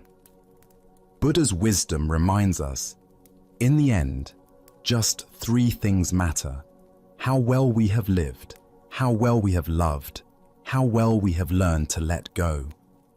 Learning to flow with life's currents is ultimately about letting go of our need to control everything while maintaining our ability to respond wisely to whatever arises.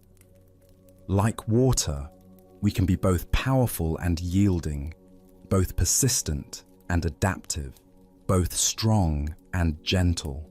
Let us now turn to a tale about the thin boundary between heaven and hell within our own hearts.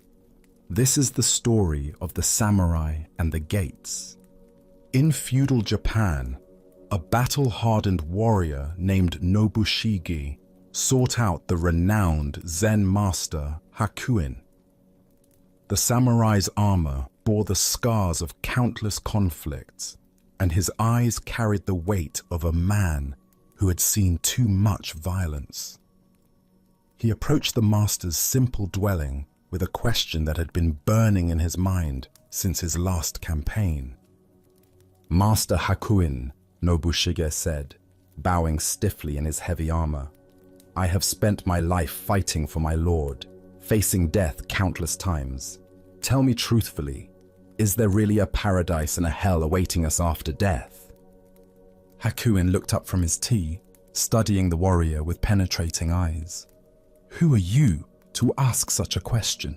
he inquired calmly. "I am a samurai," Nobushige replied with pride, straightening his shoulders. "I serve my lord with honor and have never retreated from battle." Hakuin's expression suddenly shifted to one of disdain. "You, a soldier?" he exclaimed with a dismissive laugh. "What kind of ruler would have you as his guard? Look at yourself. Your face looks like that of a common beggar, weathered and crude. How could someone so lowly claim to be a protector of nobility? The words struck Nobushiga like physical blows. His face flushed red with anger, and his hand instinctively moved to the hilt of his sword. The insult to his honor was unbearable. "So, you have a sword," Hakuin continued, his voice dripping with mockery. "Your weapon is probably much too dull to cut off my head. I doubt you could slice through a rice paper screen, let alone defend anyone of importance." Unable to contain his rage any longer, Nobushiga began to draw his sword, the steel singing as it emerged from its scabbard. His entire body trembled with fury. His vision narrowed to focus solely on this insolent monk who dared to question his honor. At that precise moment, as the blade caught the afternoon light, Hakuin spoke with sudden clarity. "Here, open the gates of hell!" The words pierced through Nobushiga's rage like an arrow finding its target. In that instant, he saw himself clearly, consumed by anger, ready to kill over wounded pride, his mind clouded by fury. He understood that hell was not some distant realm, but the very state he inhabited in that moment. The samurai's hand froze on his sword as recognition dawned across his features. Slowly, with great reverence, Nobushiga sheathed his sword and bowed deeply before the master, his anger transformed into profound gratitude. "Here open the gates of paradise," Hakuin said gently, his voice now filled with compassion. Buddha's wisdom reminds us, hatred does not cease by hatred, but only by love. This is the eternal rule. What emerges from this story is a startling revelation about the geography of our inner world. Heaven and hell are not distant destinations, but present moment experiences we create through the quality of our consciousness. Why do we so easily find ourselves at the gates of hell? Zen Buddhism points to the three poisons that cloud our minds: greed, hatred, and delusion. When Nobushiga's pride was wounded, hatred arose instantly, transforming a peaceful afternoon into a realm of suffering. His entire reality shifted from curiosity about the afterlife to murderous rage in mere moments. The deeper teaching here shows us that we carry within ourselves the capacity for both states. Paradise and hell are not places we go to after death. They are experiences we inhabit while living. Each moment offers us the choice between the hell of reactivity and the paradise of awareness. Consider how often throughout your day similar transformations occur. A critical email arrives, and suddenly your peaceful morning becomes a realm of anxiety and resentment. Someone cuts you off in traffic, and the spaciousness of your drive contracts into a tight knot of irritation. A thoughtless comment from a colleague, and your contentment dissolves into hurt feelings and defensive thoughts. In Zen practice, we cultivate the capacity to recognize these moments of transition. Like Nobushige drawing his sword, we learn to catch ourselves at the very moment we're about to enter hell through our reactions. This recognition itself becomes the key that opens the gates of paradise. Zen master Huangpo taught, "The foolish reject what they see, not what they think. The wise reject what they think, not what they see." When we're caught in reactivity, we're rejecting the present moment, the master's teaching, the opportunity for awakening in favor of our thoughts about how things should be. The Buddha said, "Better than 1,000 hollow words is one word that brings peace." Hakuin's apparent insults were not cruelty but compassion in disguise. By provoking Nobushige's anger so skillfully, he showed the warrior exactly what he needed to see. That hell is a state of mind we enter through our own choices. This teaching invites us to examine our own triggers. What words or situations instantly transport us to hell? Perhaps it's feeling unappreciated at work, being misunderstood by family, or facing unexpected challenges. Each of these experiences offers the same choice Nobushige faced. Will we draw our sword or recognize the teaching? Tonight, as you notice irritation arising in response to some frustration, can you remember Hakuin's lesson? Can you recognize the moment when you're about to enter hell through your reactions and instead choose the paradise of awareness? As the Buddha taught, what we think, we become. In each moment, we are either opening the gates of hell through unconscious reactivity or opening the gates of paradise through mindful presence. Let us continue on our journey with a cautionary tale about the perils of spiritual superiority. This is the story of the clever monkey. In ancient China, the Prince of Wu decided to take a pleasure boat to the famous Monkey Mountain, a place known for its abundant wildlife and scenic beauty. The prince, surrounded by his attendants and guards, approached the mountain with the casual confidence of royalty, expecting the natural world to accommodate his presence just as his human subjects did. As soon as the monkeys dwelling in the forest caught sight of the royal party, they fled in terror. The sound of chattering filled the air as dozens of monkeys scrambled up into the highest branches of the trees, their natural instinct warning them to hide from these human intruders. The forest, which moments before had been alive with playful monkey calls, fell silent except for the rustling of leaves as the creatures sought safety in the treetops. However, one monkey remained completely unconcerned by the royal presence. This particular monkey seemed utterly fearless, continuing his acrobatic display with remarkable skill and apparent indifference to the danger below. He swung gracefully from branch to branch, performing elaborate leaps and displaying his dexterity as if putting on a show. His movements were fluid and confident, each gesture demonstrating his superior agility and intelligence compared to his cowering companions. The Prince of Wu watched this extraordinary display with growing annoyance. Here was a mere animal that dared to show no respect for royal authority, that seemed to mock the very presence of the prince through its casual dismissal of the obvious threat. The monkey's confidence appeared to be a direct challenge to the prince's power.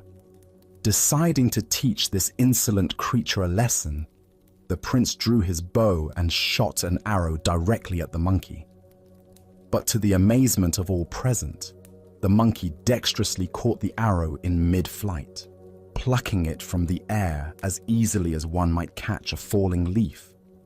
The monkey examined the arrow briefly, then tossed it aside with casual dismissal, as if such feats were nothing more than child's play. The prince's face darkened with rage at this humiliation. His skill as an archer had been made to look foolish by a mere animal. "Attack!" he ordered his attendants. "Bring down this arrogant beast." A volley of arrows filled the air. The monkey, suddenly overwhelmed by the coordinated assault, could not deflect them all.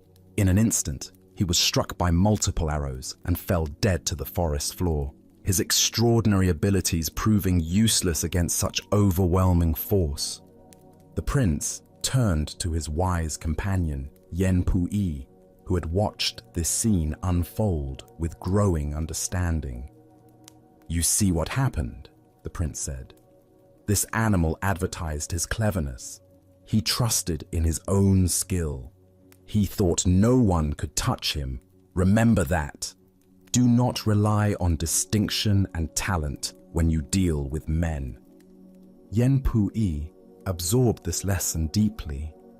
When they returned to the kingdom, he reflected on how his own accomplishments and reputation might be creating the same dangerous pride that had destroyed the monkey.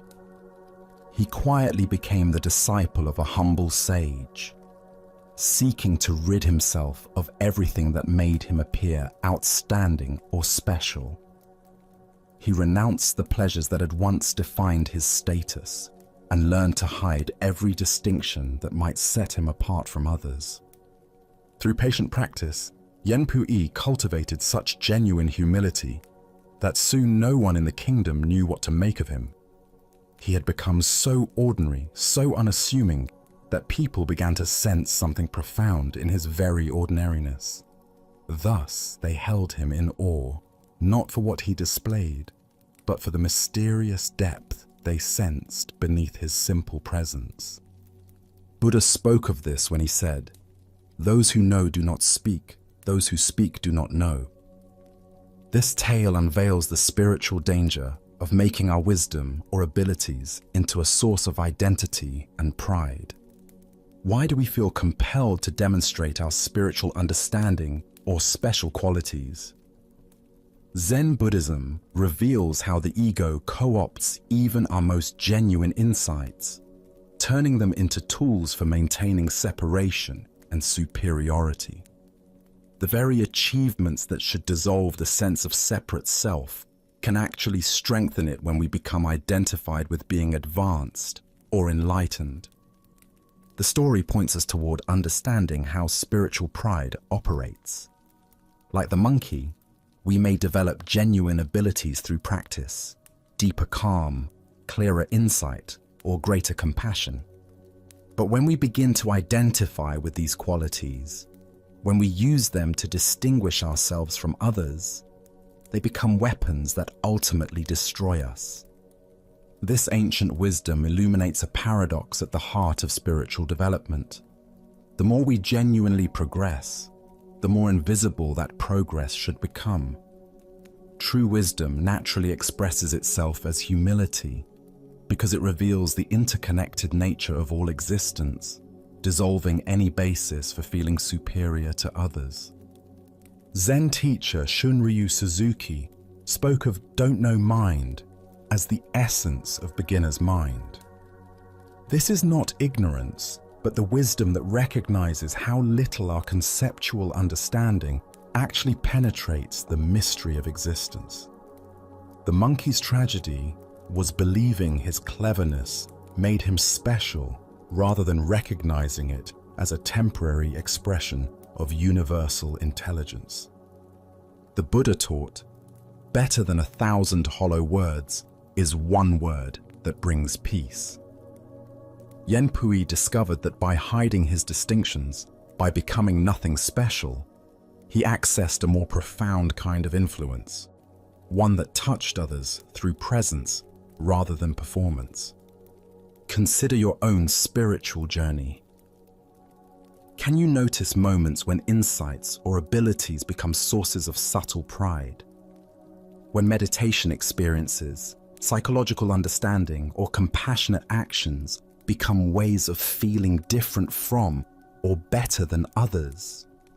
Each time we make our practice into an identity, we create the spiritual equivalent of the monkey's dangerous display.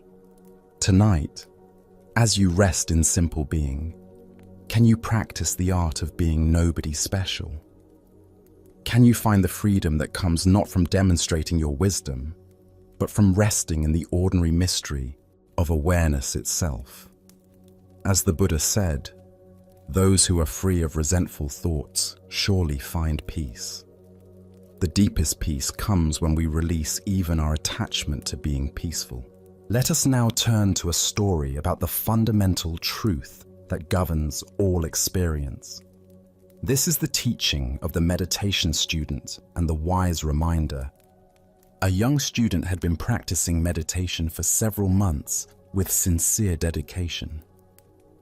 Each morning and evening, he would sit quietly on his cushion, close his eyes, and attempt to follow the breathing techniques his teacher had shown him.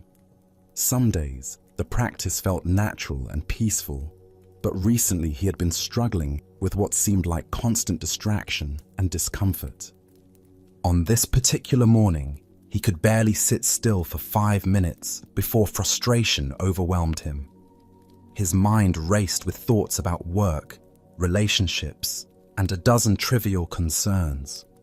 His legs ached from sitting in an unfamiliar position, and despite his best efforts to focus on his breath, he found himself constantly pulled away by mental chatter and physical restlessness. After what felt like hours, but was probably only 20 minutes, he gave up on his practice and sought out his meditation teacher. He found the elderly monk tending a small garden behind the meditation hall, peacefully pulling weeds in the early morning sunlight. "Teacher," the student said, his voice heavy with discouragement and self-criticism, "my meditation is horrible. I can't focus on anything. I feel so distracted and scattered. My legs ache constantly, and I keep falling asleep when I'm not distracted. Everything about my practice feels wrong. It's just horrible." The teacher looked up from his gardening, soil still clinging to his weathered hands, and met the student's frustrated gaze with calm, knowing eyes.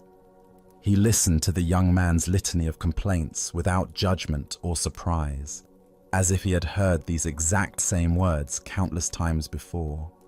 "It will pass," the teacher said matter-of-factly, then returned to his weeding as if nothing unusual had occurred. The student stood there for a moment, somewhat taken aback by the brevity and seeming dismissiveness of the response. He had expected detailed advice, perhaps some new technique, or at least some reassurance about his difficulties. Instead, he received just 3 simple words. Feeling somewhat unsatisfied but having nothing more to say, he returned to his room to contemplate this cryptic guidance. Over the following days, the student continued his practice despite his frustrations. Gradually, something began to shift.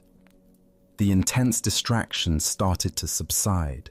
His body adjusted to the sitting position, and moments of genuine peace began to emerge between the chaos of thoughts. By the end of the week, his meditation had transformed completely. Excited by this positive change, he once again sought out his teacher, this time finding him sweeping leaves from the temple courtyard. The student's face glowed with enthusiasm and relief. "Teacher," he exclaimed, "my meditation is wonderful now. I feel so aware, so peaceful, so alive during my practice. My mind is clear, my body is comfortable, and I am experiencing the most beautiful states of consciousness. Everything about my meditation is just wonderful." The teacher paused in his sweeping, looked at the student with the same calm expression he had worn the week before, and gave exactly the same response. "It will pass." This time the student heard the deeper teaching. His excitement about his wonderful meditation began to transform into something subtler, not disappointment, but understanding. He realized that his teacher was pointing to something fundamental about the nature of all experience, not just meditation. Buddha's wisdom tells us, "This too shall pass." The heart of this lesson lies in understanding the impermanent nature of all phenomena, both pleasant and unpleasant, both the experiences we cling to and those we try to escape. Why do we struggle so intensely with the changing nature of our experience? Zen Buddhism reveals that much of our suffering comes from our resistance to impermanence, our desperate attempts to hold on to pleasant states, and our equally desperate attempts to escape unpleasant ones. We exhaust ourselves trying to control what is essentially uncontrollable. The student's meditation experiences, both horrible and wonderful, were equally temporary. His teacher's consistent response pointed to a deeper stability that exists beneath the constantly changing surface of experience. This isn't the stability of unchanging conditions, but the stability of awareness itself, the space in which all changing experiences arise and pass away. Consider your own relationship with the ups and downs of daily life. How much energy do you spend trying to perpetuate good moods, successful periods, or comfortable circumstances? How much resistance do you feel toward difficult emotions, challenging phases, or uncomfortable situations? Both the grasping and the resistance create unnecessary suffering. In Zen practice, we learn to develop what might be called equanimity with impermanence. This doesn't mean becoming indifferent to our experiences or not caring about outcomes. Rather, it means developing the capacity to remain centered and responsive, regardless of whether current circumstances are pleasant or unpleasant.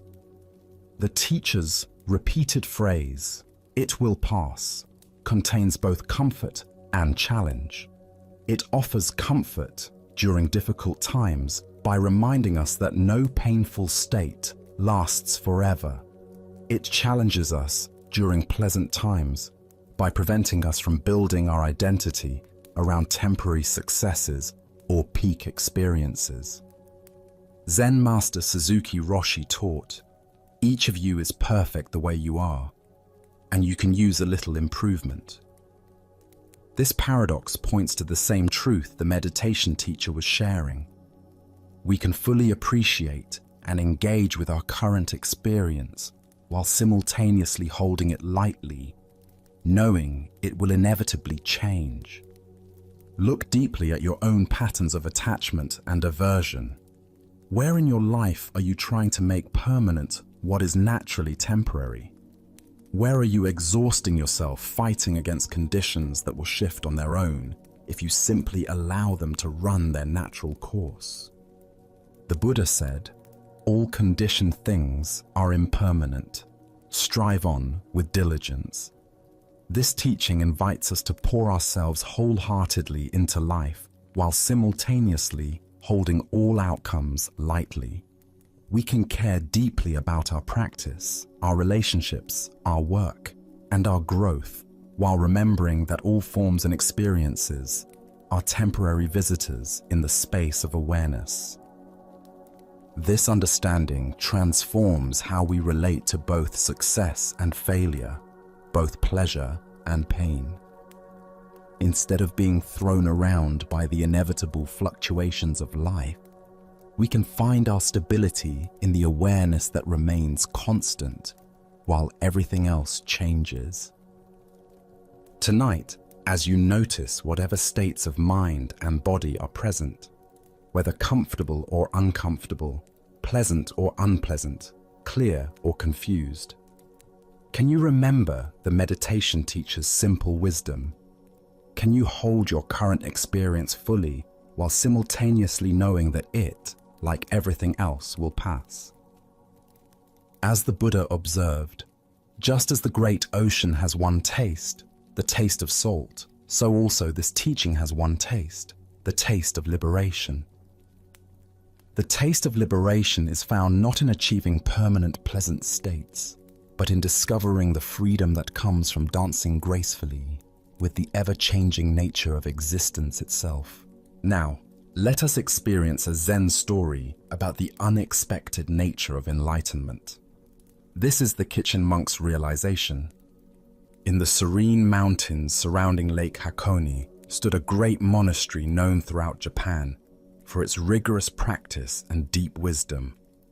Among the monks lived a humble man named Ichi, whose life would teach us about the profound difference between seeking and finding. For 55 years, Ichi had labored faithfully in the monastery kitchen, while other monks sat in formal meditation or engaged in scholarly debates. Ichi chopped vegetables, tended fires, and prepared meals with quiet dedication. His hands had grown permanently stained, his back bent from years of service, yet he approached each task with careful attention. But Ichi carried a heavy burden. Since his earliest days, he had been assigned a koan, one of those paradoxical questions that Zen masters use to crack open the thinking mind. His was the famous puzzle: what is the sound of one hand clapping? Day after day, year after year, he wrestled with this question, trying to solve it through logic, intuition, every approach his mind could devise. As decades passed, Ichi began to see himself as a failure. While other monks seemed to progress, receiving new koans or achieving insights their teachers acknowledged, Ichi remained stuck with his unsolved puzzle. He watched younger monks arrive and eventually surpass him in status and recognition. 55 years, he would whisper while stirring soup. 55 years, and still I cannot hear what one hand sounds like when it claps. The question haunted him through every chore, every quiet moment, every season of his long service. Now, as his body grew frail, Ichi knew his time was approaching its end. He had been moved to a small attic room where he could rest away from daily bustle. As he lay there, in the gathering twilight of his life, something unexpected began to happen. Gradually, the familiar weight of striving began to lift from his chest. The desperate need to solve his koan, the shame of perceived failure, the constant reaching for enlightenment, all of it slowly dissolved like mist at sunrise. Gone was the fierce desire for awakening that had driven him for decades. In place of all that seeking, Ichi discovered something he had never expected, a profound peace that seemed to cradle his entire being. The soft darkness felt not like defeat, but like the gentlest embrace. His breathing slowed, and with it, the churning of thoughts that had occupied his mind for so many years. It was in this exquisite silence, when there remained no more questions nor need for answers, when even the need for breathing seemed to fade into quiet acceptance, that Ichi finally heard it. The whooshing silence of one hand clapping filled his awareness, not as a sound, but as the very nature of existence itself, the sound that had been present all along beneath all the noise of seeking. Buddha spoke of this when he said, "Cease to cherish opinions, and you will achieve enlightenment." Here we discover that enlightenment isn't something we attain through effort, but something we uncover when the effort finally ceases. Why do we struggle so intensely with the very seeking that prevents us from finding what we seek? The mind creates a fundamental split between the seeker and the sought, keeping us perpetually reaching for something we imagine exists elsewhere, in some future moment when we'll finally get it. Ichi's story illuminates what Zen calls beginner's mind, the fresh awareness that exists before we complicate it with goals and achievements. For 55 years, he had sophisticated simple presence into complex spiritual ambition. The more expertly he sought enlightenment, the further he moved from the naturally enlightened awareness that had been with him all along. Consider how often we create this pattern. We complicate natural joy with the pursuit of happiness. We obscure natural love with the search for perfect relationships. We cover natural wisdom with endless accumulation of knowledge. Ichi's realization came not through solving his koan, but through finally letting go of the need to solve it. The sound of one hand clapping isn't a riddle to be figured out, but an invitation to rest in the space before thinking begins. The awareness that exists prior to questions and answers. Tonight, as thoughts about your own spiritual journey arise, remember Ichi's profound discovery. What if the very awareness that notices your seeking is the enlightenment you've been seeking? The sound of one hand clapping might be closer than you think. in the very listening that hears all sounds, including silence. As the Buddha taught, peace comes from within. Do not seek it without. Sometimes the greatest achievement is the willingness to stop achieving and simply rest in what has always been present. Let us continue on our journey with a teaching about the dangerous gap between conceptual understanding and lived experience. This is the story of the one-eyed monk and the silent debate. In ancient China, when traveling monks wandered from monastery to monastery seeking teachings and testing their understanding, a particular custom had developed among Zen communities. Before a wandering monk could receive lodging for the night, he had to engage in what was called Dharma combat, with either the abbot or a designated representative. This wasn't physical fighting, but a contest of spiritual wit and understanding, where profound questions and paradoxical answers revealed the depth of each participant's realization. At one renowned monastery nestled in bamboo forests, a travel-worn monk arrived as evening shadows began to lengthen across the courtyards. His robes were dusty from mountain paths, his straw sandals worn thin, but his eyes carried the alert brightness of someone genuinely seeking deeper understanding. The abbot, busy with evening duties, assigned his personal attendant to conduct the traditional Dharma encounter. This attendant had served the monastery faithfully for many years, though he possessed what others might consider a disadvantage. He had lost one eye in an accident during his youth.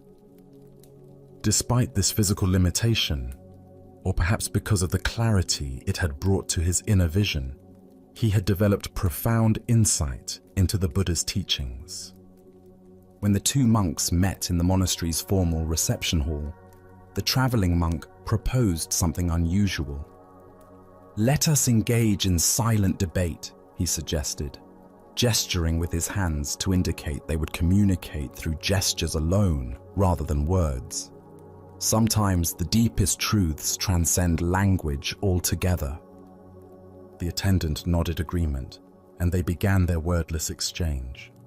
The wayfarer raised one finger toward the ceiling, holding it steady with an expression of calm confidence. Without hesitation, the attendant responded by raising two fingers. The traveling monk, seeming pleased by this response, then raised 3 fingers. At this, the attendant surprised him by making a tight fist and holding it firmly in the space between them. The traveling monk's confident expression faltered. For a moment, he stared at the clenched fist, his face showing confusion and something approaching alarm. Then, without attempting any further gestures, he bowed quickly and left the hall. Soon afterward, he found the abbot and spoke with obvious respect and disappointment. "Venerable Sir, your representative is far too advanced for me.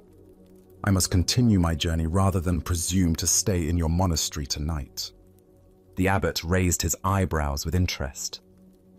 "Please, tell me what transpired in your exchange." "Well," the traveler explained earnestly, "I began by holding up one finger to symbolize the Buddha, the awakened one who showed us the path to enlightenment. But your monk immediately responded with 2 fingers, indicating the Buddha and the Dharma, both the teacher and the teachings he offered. So I raised 3 fingers to represent the complete triple gem: the Buddha, the Dharma, and the Sangha, the community of practitioners.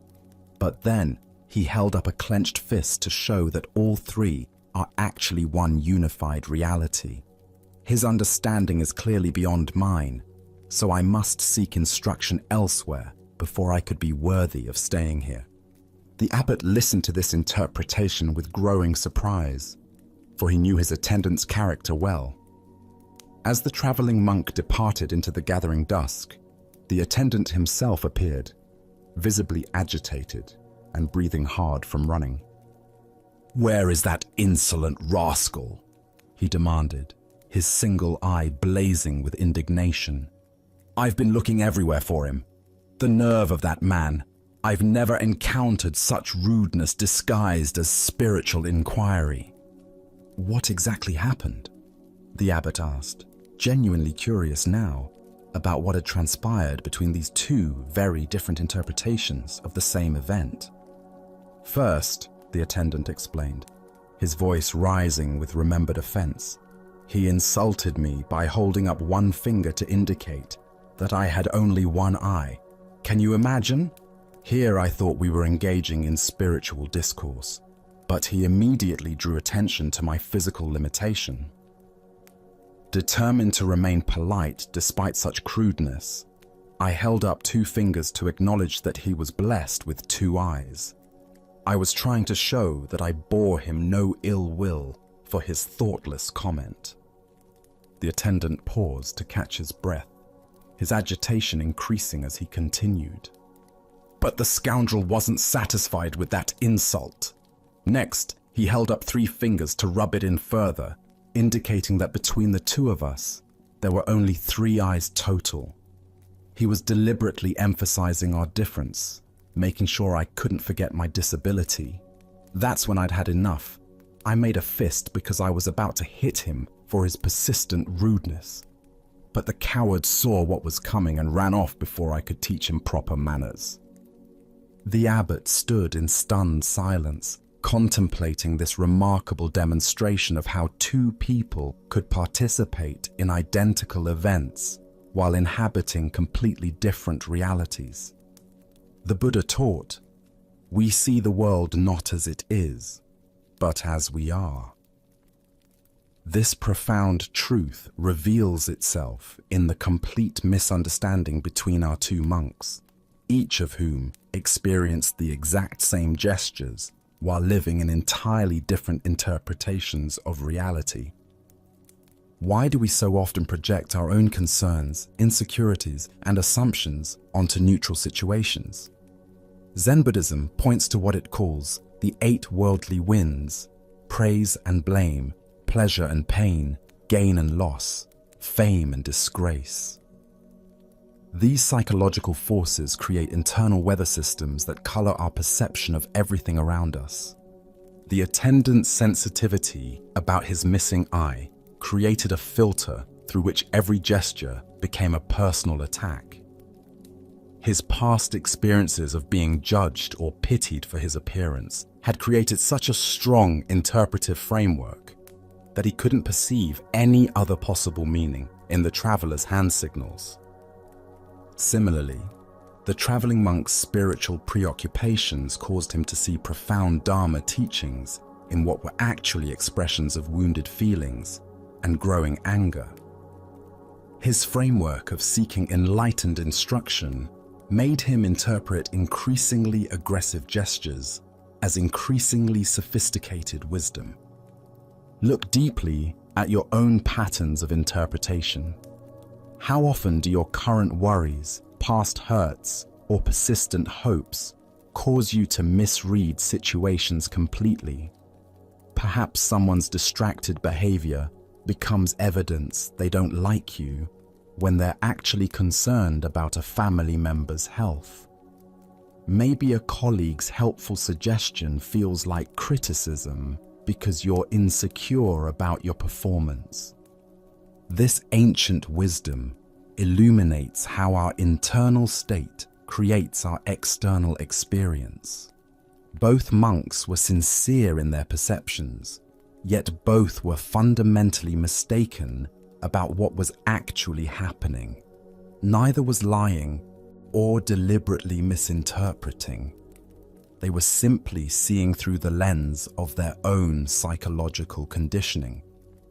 The story points us toward a crucial question. How can we develop the capacity to see situations more clearly, less filtered through our personal concerns and interpretations? Zen practice offers several approaches to this challenge. First is what's called don't know mind. Maintaining openness to multiple interpretations, rather than immediately settling on the one that confirms our existing beliefs or fears. When someone acts in a way that triggers our interpretation, can we pause and consider other possible explanations? Second is mindfulness of our own emotional states. The attendant might have noticed his rising sensitivity about his appearance and recognized how this was coloring his perception. The traveler might have observed his eagerness to find profound teachings and questioned whether he was seeing wisdom where none existed. Zen Master Bankei taught, "Your everyday mind, that is the way." This teaching invites us to examine the very mind that creates these interpretations, rather than constantly trying to figure out the correct interpretation of external events. The Buddha said, "Hatred is never appeased by hatred in this world. By non-hatred alone is hatred appeased. This is a law eternal." If the attendant had met the traveler's perceived insults with curiosity rather than defensiveness, if the traveler had questioned his assumptions about enlightened behavior, their encounter might have become a genuine teaching for both. Tonight, as you replay conversations and interactions from your day, can you notice how your own concerns and sensitivities might have shaped your interpretations? Can you sense the difference between what actually happened and the meaning your mind added to those events? As the Buddha taught, peace comes from within. Do not seek it without. By understanding how our internal weather creates our external storms, we discover the possibility of clear seeing that serves both wisdom and compassion.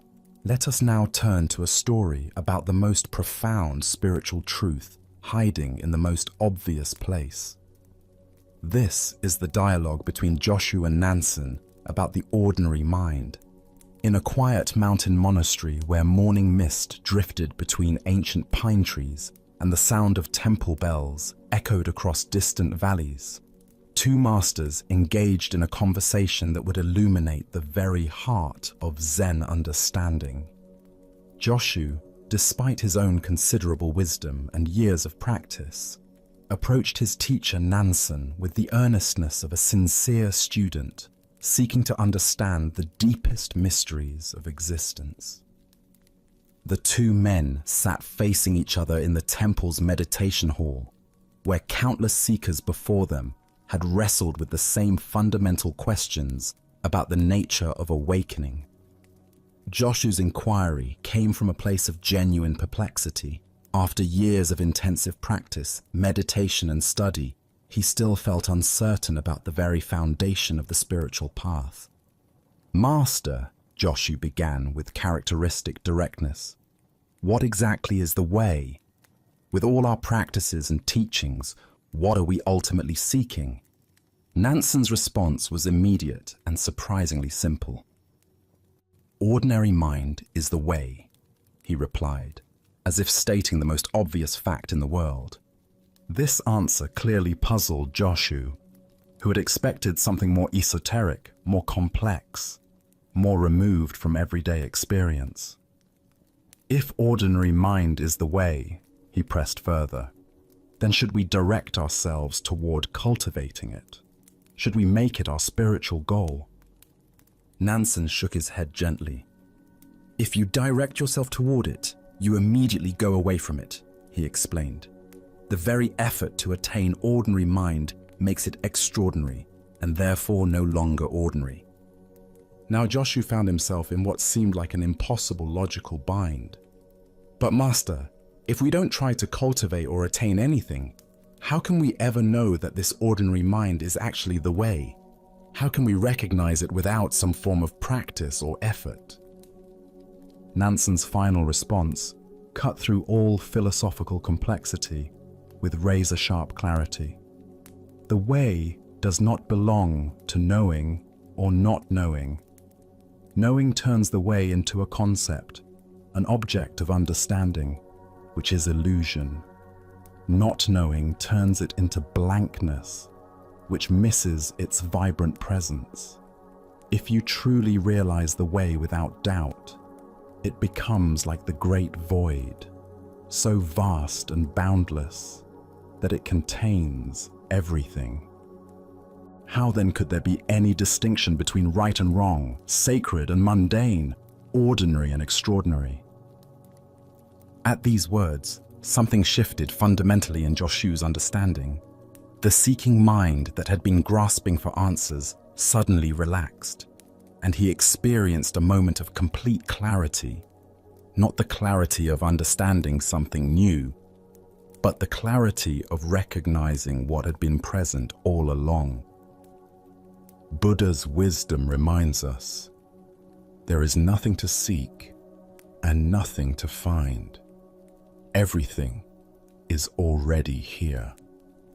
The heart of this lesson lies in recognizing that what we seek through spiritual practice is not some special state of consciousness, but rather the ordinary awareness that is reading these words right now. Why do we struggle to accept that ordinary mind is the way? Zen Buddhism points to our deep conditioning that spiritual truth must be extraordinary, mystical, or dramatically different from our everyday experience. We imagine enlightenment as a permanent state of bliss, cosmic consciousness, or supernatural abilities, when in reality, it is simply the natural state of awareness without the overlay of seeking and striving. Our spiritual seeking often becomes its own obstacle. Like a person frantically searching for glasses while wearing them, we exhaust ourselves looking for something we already possess.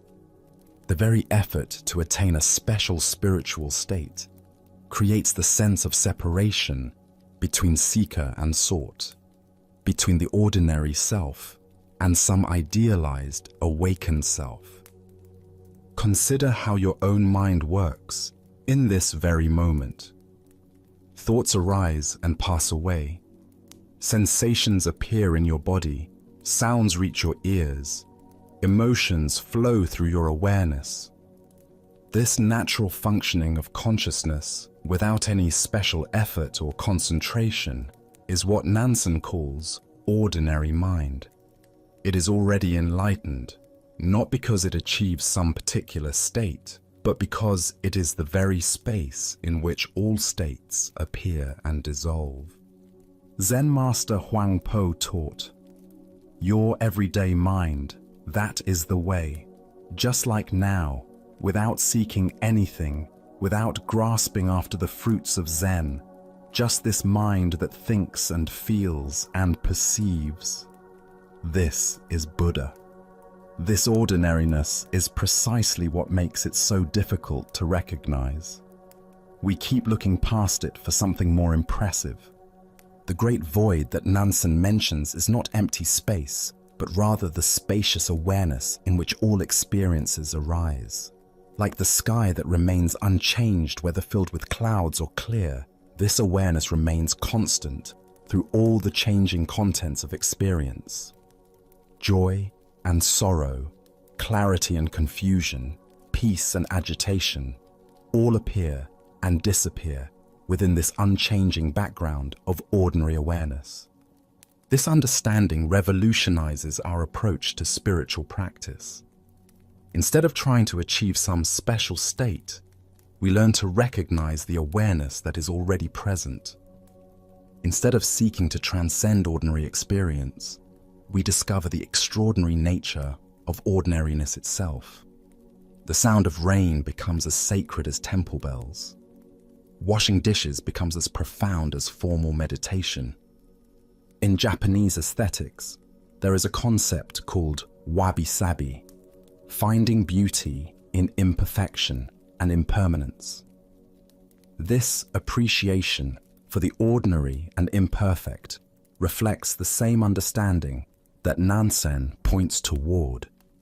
The way is not found in perfected states, but in the natural flow of life exactly as it is.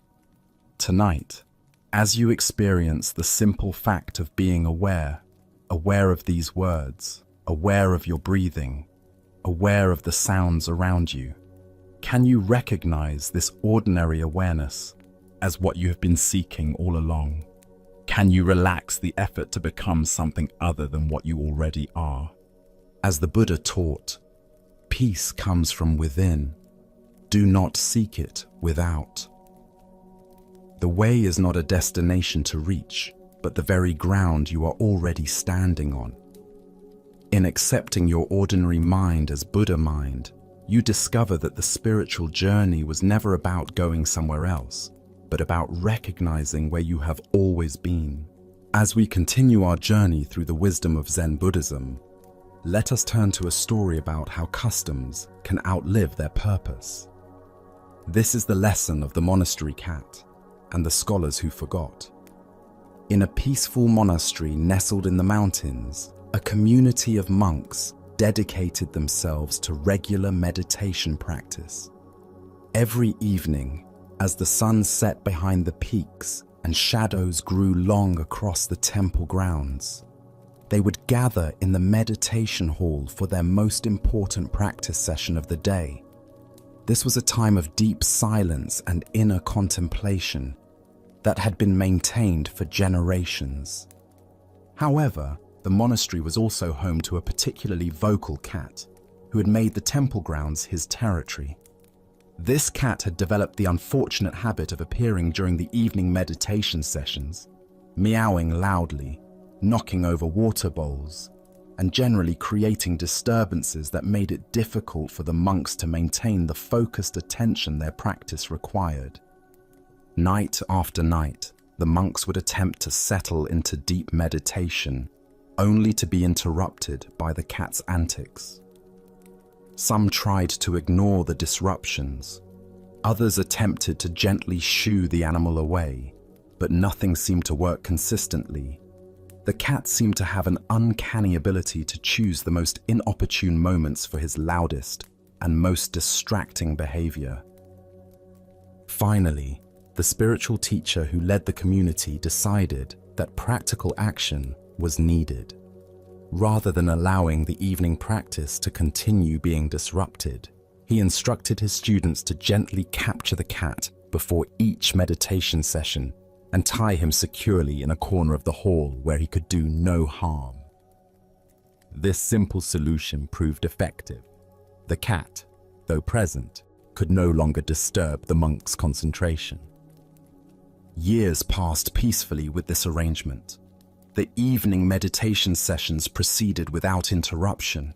The monks deepened their practice, and the cat seemed content enough with his restrained position during the evening hours.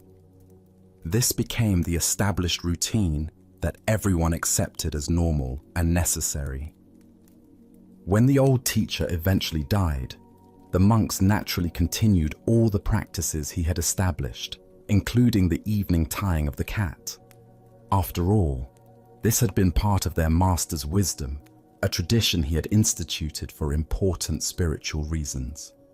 They didn't question whether the practice was still necessary. It had simply become an integral part of their evening routine. In time, the original cat also died, having lived a full life in the monastery. The monks, now thoroughly convinced that having a tied cat was essential to proper meditation practice, went to great lengths to acquire another cat specifically for this purpose. They searched until they found a suitable replacement and continued the tradition without interruption. Generations of monks came and went, each learning from their predecessors that tying a cat during evening meditation was a crucial element of their spiritual practice. None questioned why this was necessary. It was simply how things had always been done in their tradition. Centuries later, learned descendants of the spiritual teacher wrote scholarly treatises about the religious significance of tying up a cat for meditation practice. They developed elaborate theories about the symbolic meaning of the restrained cat, its representation of taming the wild mind, and its importance in creating the proper spiritual atmosphere for contemplation. Buddha's wisdom teaches us, do not believe in anything simply because you have heard it. Do not believe in traditions because they have been handed down for many generations. This tale unveils how easily practical solutions can transform into meaningless rituals when we stop questioning their original purpose. Why do we continue practices long after their usefulness has ended, simply because they've become traditional? Zen Buddhism emphasizes the importance of understanding the spirit behind forms, rather than blindly following inherited customs that may no longer serve their intended function. The original teacher's decision to tie the cat was purely practical, a simple solution to a specific problem. But over time, this practical measure became ritualized, then sacralized, then analyzed as if it contained profound spiritual meaning that had always been intentional. Consider the various traditions, rules, and customs in your own life, both personal and cultural. How many of these practices do you follow simply because that's how it's always been done, rather than because they serve a current purpose? The monastery's cat represents all the meaningless forms we maintain out of habit rather than wisdom. This teaching applies to spiritual practices, workplace procedures, family traditions, and social customs. Over time, solutions to specific problems can become rigid requirements that persist long after the original problems have disappeared. What began as skillful means becomes empty ritual. In Zen practice, we learn to distinguish between the finger pointing at the moon and the moon itself, between the forms that serve awakening and awakening itself. The tied cat was never the point. Peaceful meditation was the point. But succeeding generations lost sight of this distinction. The Buddha said, "My teaching is like a raft. It is for crossing over, not for holding onto." The cat-tying tradition represents what happens when we turn temporary rafts into permanent shrines, mistaking the means for the end. Look deeply at the various practices and traditions you maintain. Which ones still serve their original purpose, and which ones have become empty forms you follow out of habit? What would it mean to honor the spirit of these practices while remaining flexible about their forms? The scholars who wrote treatises about the cat's religious significance weren't intentionally creating false doctrine. They genuinely believed they were preserving important wisdom.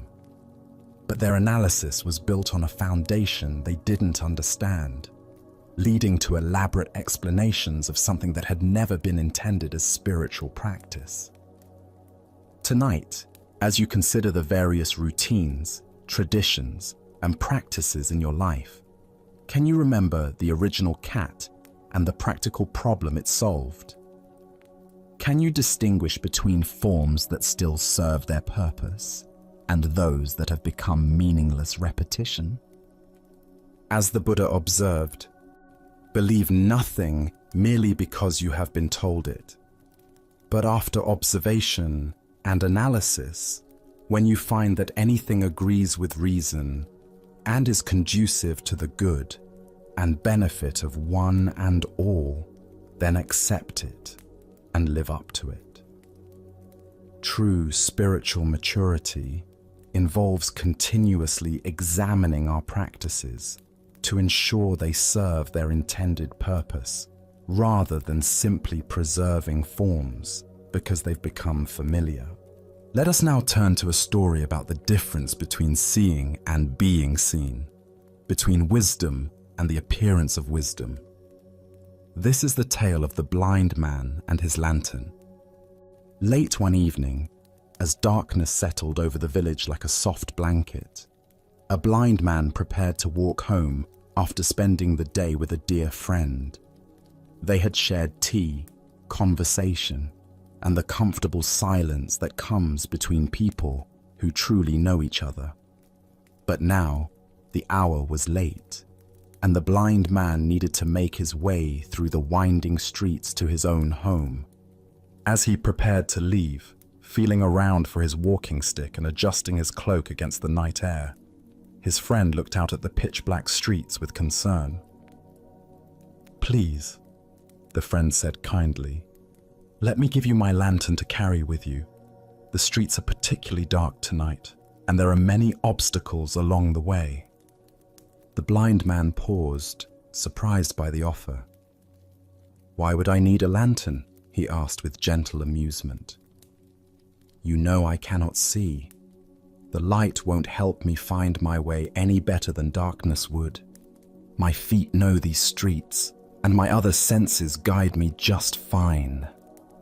"Ah," his friend replied thoughtfully, "but perhaps the lantern isn't for you to see better. Perhaps it's so that others will see you better and won't accidentally bump into you as they hurry through the dark streets." This reasoning made perfect sense to the blind man.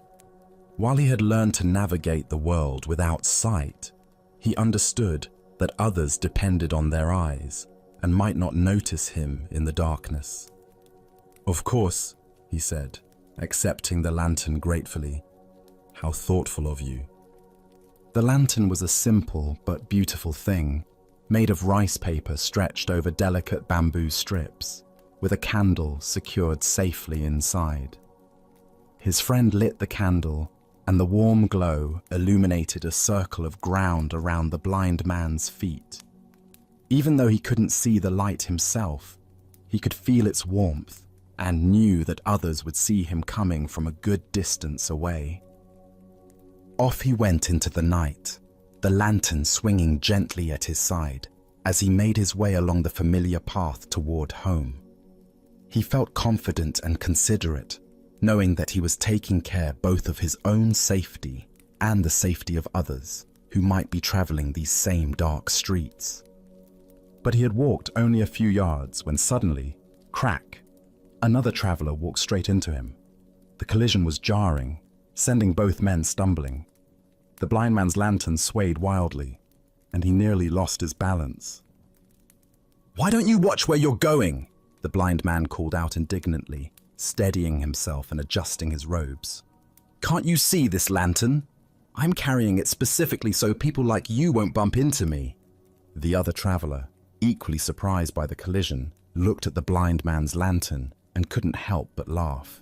"My friend," he said gently, "why don't you light the candle? Your lantern is completely dark." The blind man reached toward his lantern and felt around the bamboo frame. Sure enough, the candle had gone out shortly after he left his friend's house, though he had been completely unaware of it. He had been walking through the darkness, carrying what he believed was a source of light, but was actually just an empty container, no more illuminating than if he had carried nothing at all. The Buddha once said, "Thousands of candles can be lighted from a single candle, and the life of the candle will not be shortened. Happiness never decreases by being shared." This tale unveils the profound difference between carrying the container of wisdom and carrying wisdom itself. Why do we so often mistake the form of understanding for understanding itself? Zen Buddhism reveals that we frequently become attached to the external symbols of insight, the books we've read, the retreats we've attended, the spiritual concepts we can discuss, while the actual flame of awareness remains unlit within us. The blind man's situation is deeply familiar to anyone who has walked a spiritual path. We acquire the lantern of teachings, surround ourselves with the framework of practice, and assume that possessing these things means we are illuminated. But unless the candle of direct experience is actually burning, we're still walking in darkness while believing we carry light. Consider your own spiritual or philosophical understanding. How much of what you believe you know is actually lived wisdom, and how much is merely conceptual knowledge you're carrying around like an unlit lantern? The difference becomes apparent only when we encounter the inevitable collisions of real life, moments when our understanding is tested by actual circumstances. In Zen practice, we distinguish between knowing about and knowing directly. You can study everything ever written about the taste of an apple, but until you actually bite into one, your knowledge remains second-hand. Similarly, we can accumulate vast knowledge about peace, compassion, or wisdom without ever actually embodying these qualities. The blind man was sincere in his intentions. He genuinely wanted to help others see him and avoid accidents. But his good intentions couldn't substitute for the actual function of a lit candle. This is the challenge of all spiritual practice, not just wanting to be wise or appearing to be wise, but actually cultivating the direct experience that makes wisdom real. Zen Master Dogen taught, "To study the Buddha way is to study the self. To study the self is to forget the self." The lantern represents our self-concept as someone who is wise, spiritual, or enlightened. As long as we're primarily concerned with maintaining this identity, the actual candle of genuine insight remains unlit. The traveler who bumped into the blind man wasn't being cruel when he pointed out the obvious. Sometimes we need others to help us see that our candle has gone out, that we've been coasting on old understanding without tending to the flame of present moment awareness. Look deeply at your own experience. When do you find yourself carrying an unlit lantern? Perhaps it's when you offer advice you haven't fully integrated yourself, when you speak about peace while feeling agitated inside, or when you present yourself as having figured out something you're still actively struggling with. These aren't moral failures. They're simply signs that it's time to relight the candle. The beauty of this teaching is that discovering our lantern is dark isn't the end of the story, it's the beginning.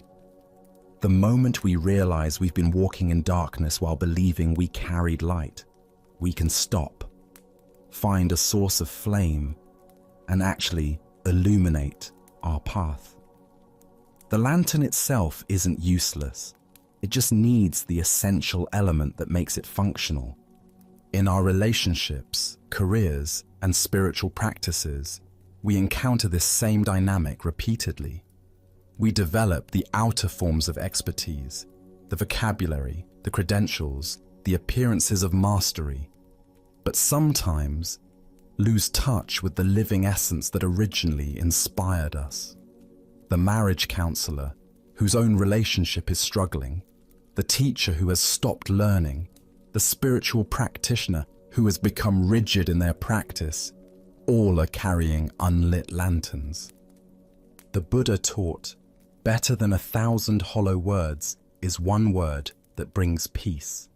One moment of genuine presence, authentic compassion, or real understanding illuminates more than years of accumulated concepts.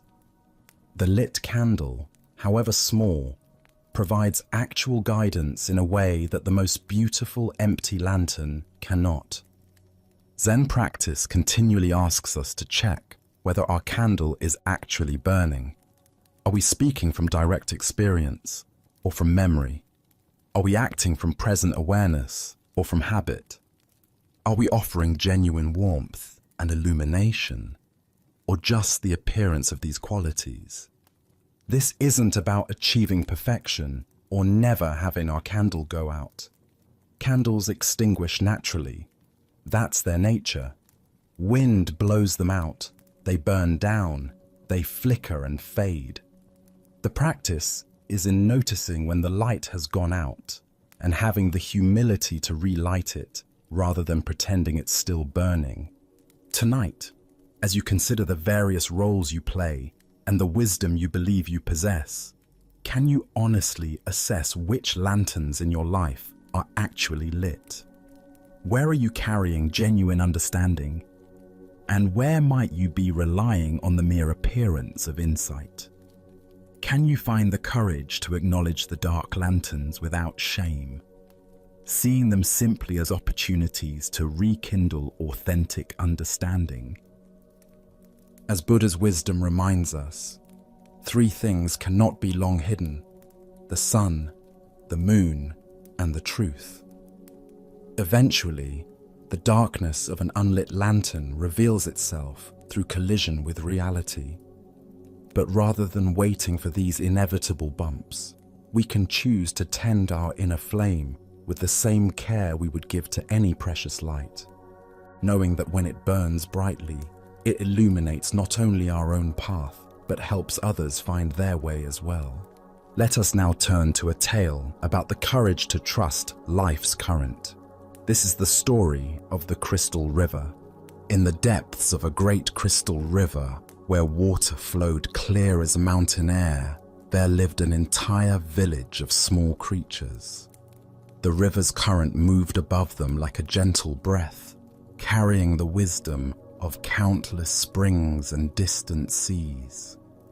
Young and old, rich and poor, all made their home along the sandy bottom, each creature grasping tightly to stones, branches, and roots.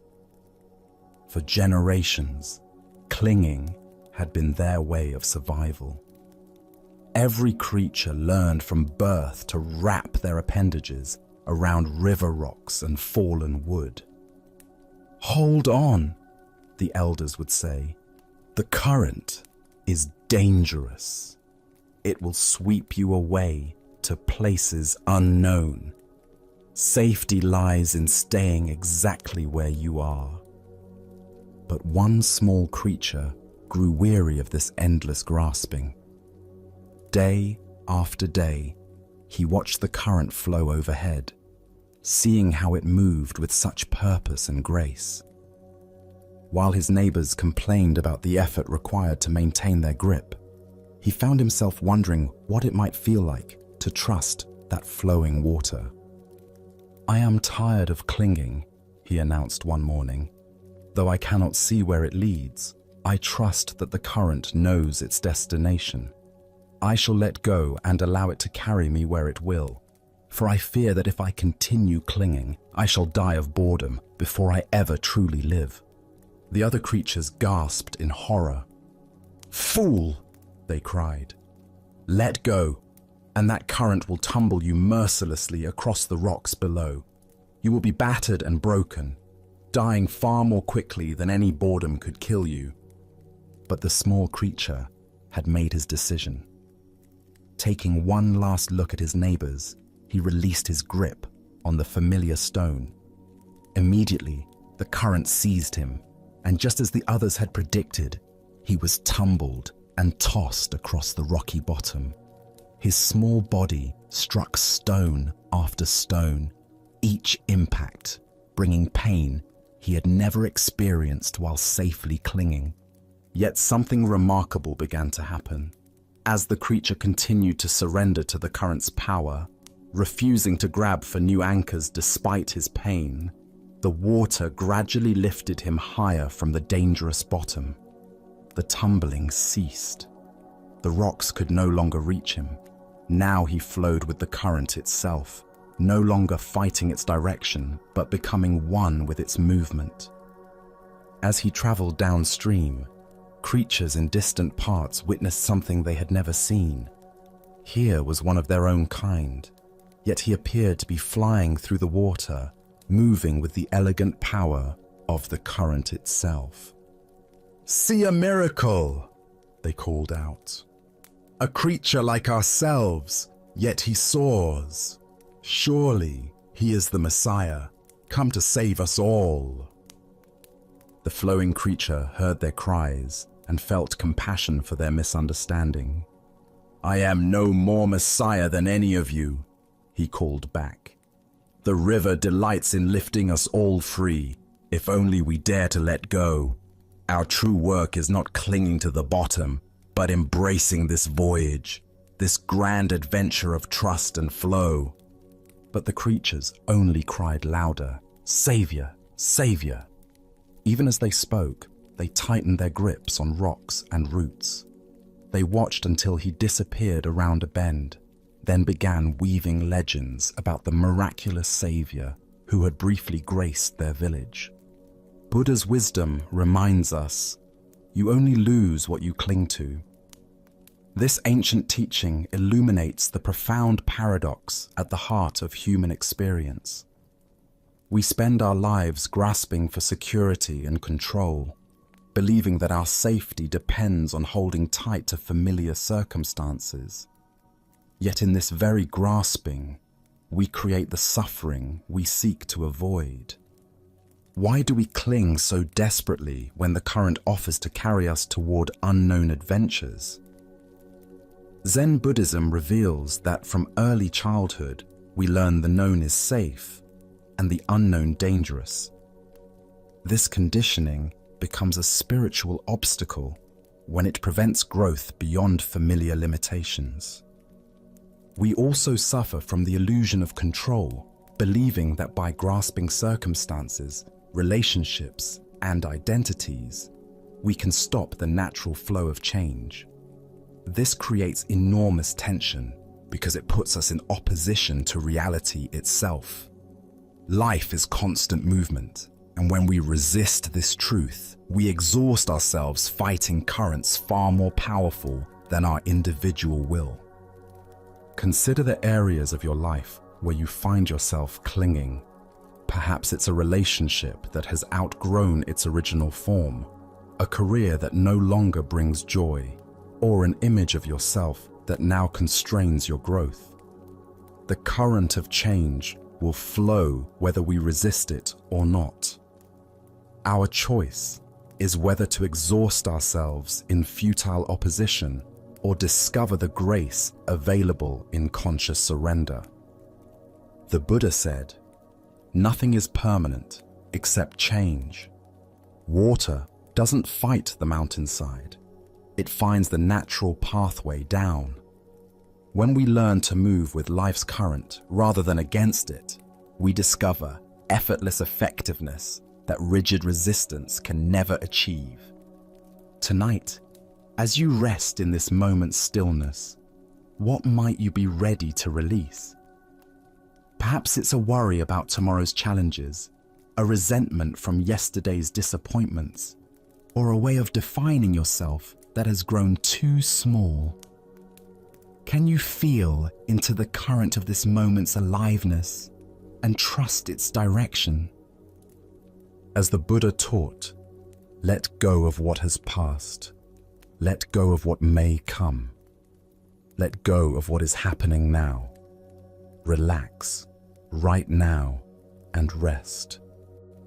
In this trust, we discover that the current we feared would destroy us is actually the very force that can carry us home to our true nature. Now, let us explore a story about the patient path to wisdom and the paradox of urgent seeking. This is the teaching of the one-eyed student.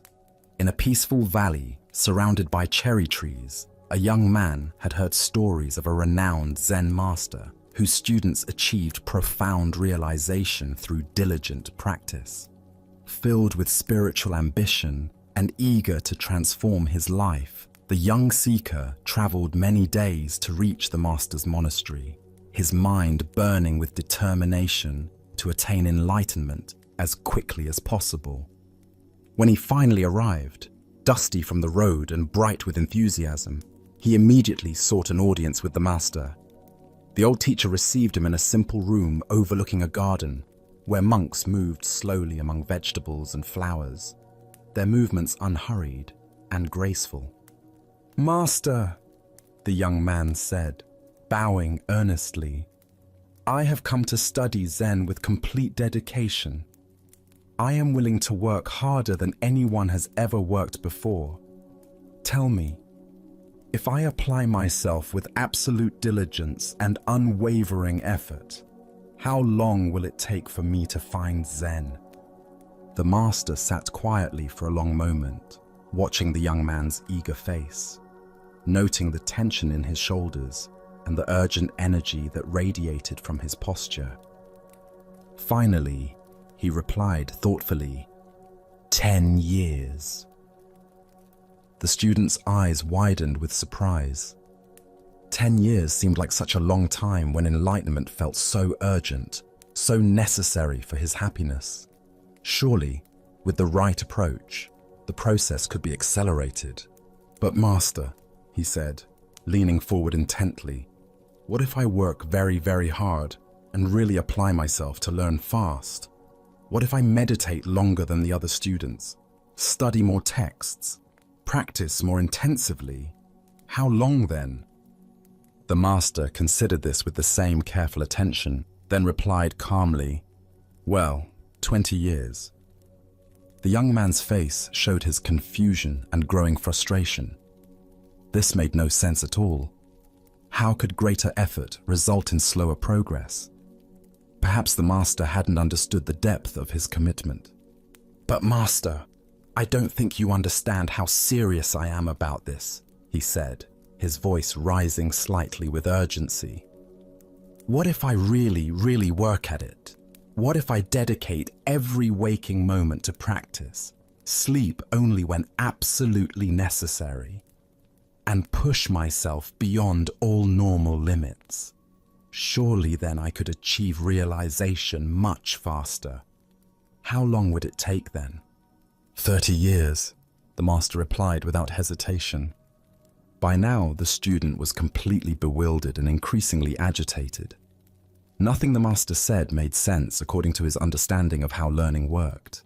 In every other area of life, music, martial arts, scholarship, harder work produced faster results. Why should spiritual practice be different? Master, I do not understand, he said, no longer able to hide his disappointment and confusion. Each time that I say I will work harder, you say it will take me longer. This seems completely backwards. Why do you say that? The Master's expression became gentle and compassionate, like a father explaining something important to a beloved child who was old enough to understand. When you have one eye on the goal, you only have one eye on the path, the Master explained quietly. Ancient Buddhist wisdom tells us, the journey of 1,000 miles begins with one step. What emerges from this story is a profound teaching about the nature of spiritual progress and the paradox of goal-oriented seeking. Why does intense goal fixation actually slow our spiritual development? Zen Buddhism reveals several ways that excessive focus on attainment creates obstacles to realization. First is the problem of divided attention. When part of our consciousness is constantly measuring progress toward an imagined destination, we cannot fully inhabit the present moment practices that actually cultivate awakening. Consider learning to play a musical instrument. If you spend half your practice time obsessing about when you'll be good enough to perform publicly, that energy isn't available for the careful attention to finger placement, rhythm, and tone that develops skill. The music emerges through complete absorption in the present moment relationship between musician and instrument, not through anxious projection toward future competence. Second is what Zen calls gaining mind, the subtle grasping that turns spiritual practice into a transaction. When we practice meditation to get enlightenment, study texts to accumulate wisdom, or cultivate compassion to become better people, we're approaching the path as consumers rather than participants. This gaining mind creates a fundamental split between who we think we are now and who we imagine we need to become. The Buddha said, "What you are looking for is where you are looking from." This profound teaching points to the very heart of the Master's lesson. Zen is not something we attain, but something we recognize. It's not a destination we reach, but the very awareness with which we walk the path. This ancient wisdom illuminates why urgent spiritual seeking often becomes self-defeating. When we're frantically pursuing enlightenment, we're operating from the assumption that our present experience is somehow inadequate or incomplete. But Zen teaches that the seeking mind itself is the very awareness we're seeking to find. Look deeply at your own experience of learning and growth. Haven't your most profound insights often come when you weren't actively trying to have insights? Perhaps while walking in nature, washing dishes, or simply sitting quietly without agenda. These moments of natural awareness reveal what the Master was pointing toward. That wisdom emerges when we stop dividing our attention between here and there, now and then. Zen Master Huang Po taught, "Your everyday mind, that is the way." This teaching invites us to examine our relationship to spiritual practice itself. Are we practicing to become someone different, or are we practicing to recognize who we already are? Are we walking the path to get somewhere else, or are we discovering that the path itself is the destination? The student's error wasn't his desire for realization, but his assumption that it existed somewhere other than in his present moment experience. Each time he proposed working harder, he was actually moving further from the natural awareness that practice reveals. Like trying to catch your own shadow by running faster, the more urgently you chase it, the more it seems to flee. In Zen practice, we cultivate what's called just sitting. Meditation without gaining mind, without agenda, without dividing attention between practice and goal. This doesn't mean we become passive or lose our dedication. Instead, we bring wholehearted attention to each moment of practice, allowing insights to emerge naturally rather than forcing them through willful effort. Consider how this teaching might apply to other areas of your life. Perhaps in relationships, where trying too hard to be loved often pushes others away, or in creative work, where forcing inspiration typically produces stilted results, while relaxed attention allows natural creativity to flow. Tonight, as you notice your mind racing toward imagined destinations, the person you want to become, the peace you want to find, the understanding you want to achieve, can you remember the Master's teaching? Can you gently return both eyes to the path, discovering that the journey itself contains everything you thought you were seeking at its end? Buddha spoke of this when he said, "There is no way to happiness. Happiness is the way." By walking the path with undivided attention, we discover that what we thought lay at its end was present in every step. Tonight, as our shared exploration gently concludes, can you recognize that the tranquility you've encountered isn't some elusive goal, but rather an inherent quality always accessible to you? Can you feel that the deep calm you've connected with tonight resides not just within these narratives, but within your own immediate awareness, patiently awaiting your acknowledgement? The Buddha wisely stated, "We are shaped by our thoughts. We become what we think." Pondering this profound insight, recall that inner serenity and understanding emerge not from external conditions or fleeting experiences, but flourish from the core of your own being, available in every breath. Throughout tonight's listening, each story has presented an enduring lesson, consistently highlighting the same liberating truth. Discomfort diminishes when we loosen our hold. Inner liberation naturally arises when we release what binds us, and genuine peace emerges from perceiving clearly, beyond distortions and knee-jerk responses. Even if your thoughts occasionally wander, even if a flicker of unease returns, the wisdom you've taken in tonight is now firmly rooted in your consciousness, prepared to support you whenever called upon. As you prepare for rest, consider that these timeless teachings have illuminated not some far-off route, but a way of living fully engaged right here, in this very moment. In the quiet moments that follow, allow yourself to sense how subtly your perspective has shifted, how effortlessly your breath now moves, and how peacefully your heart settles, undisturbed and receptive. These teachings serve as reminders that authentic understanding isn't concealed on distant peaks, nor confined to ancient writings. It radiates clearly and undeniably in the everyday simplicity of conscious attention. Tonight, you've glimpsed that reality, a reality that becomes evident when we simply pause and observe. As you transition from this calm interlude back into your daily rhythm, carry with you not only the stories themselves, but the profound sense of ease and clarity they have sparked within you. May this tranquility remain with you, guiding your path through both bright and demanding times alike. Thank you for joining us on this journey at Sleepy Monk. Sleep well.